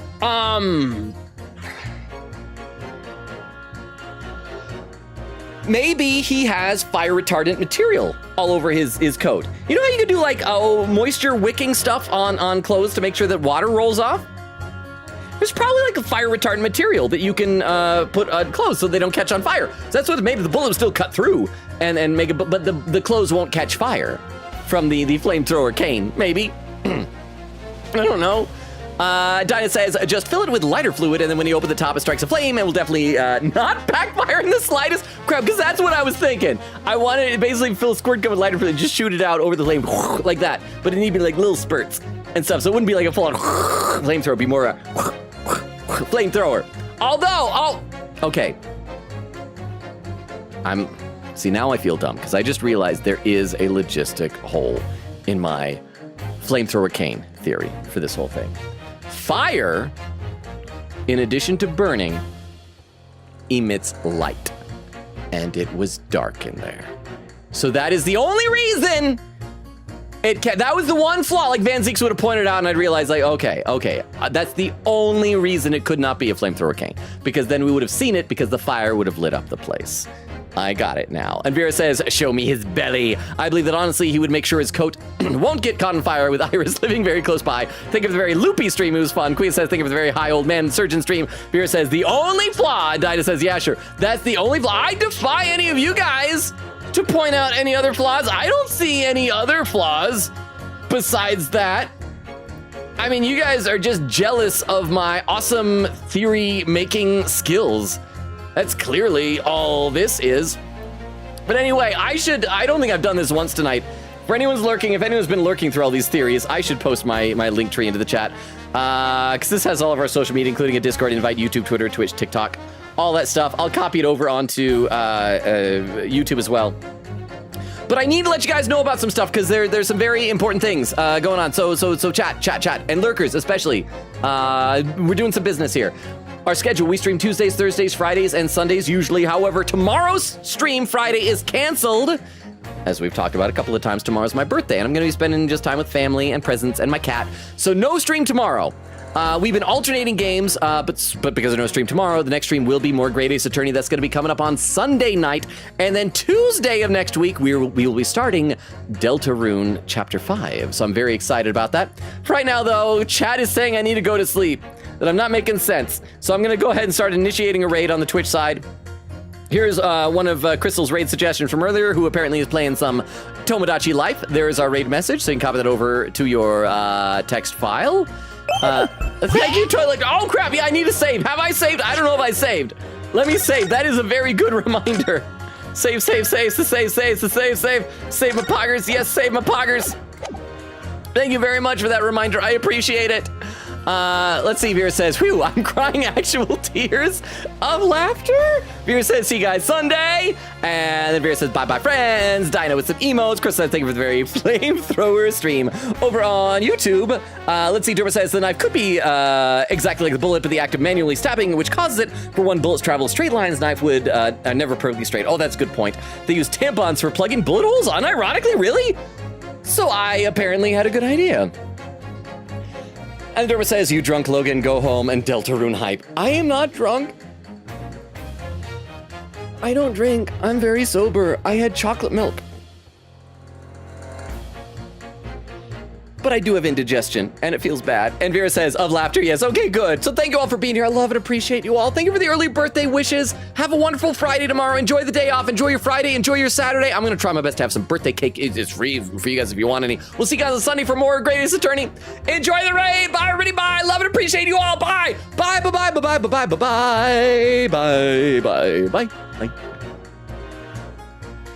And over on YouTube, yes, Dermo, Deltarune hype indeed. Thank you for everyone who's there on YouTube. I know it's still not usually as chatty as over on Twitch, but I appreciate all you guys. Even if I don't check YouTube chat quite as frequently, you guys are awesome. And thank you for being here. You're amazing. I really, really appreciate you. Thank you for hanging out with me. Have a wonderful Friday and a wonderful Saturday, and we'll see you Sunday for some more Great Ace Attorney Chronicles. So to everyone on YouTube and everyone watching the VOD, good night as well.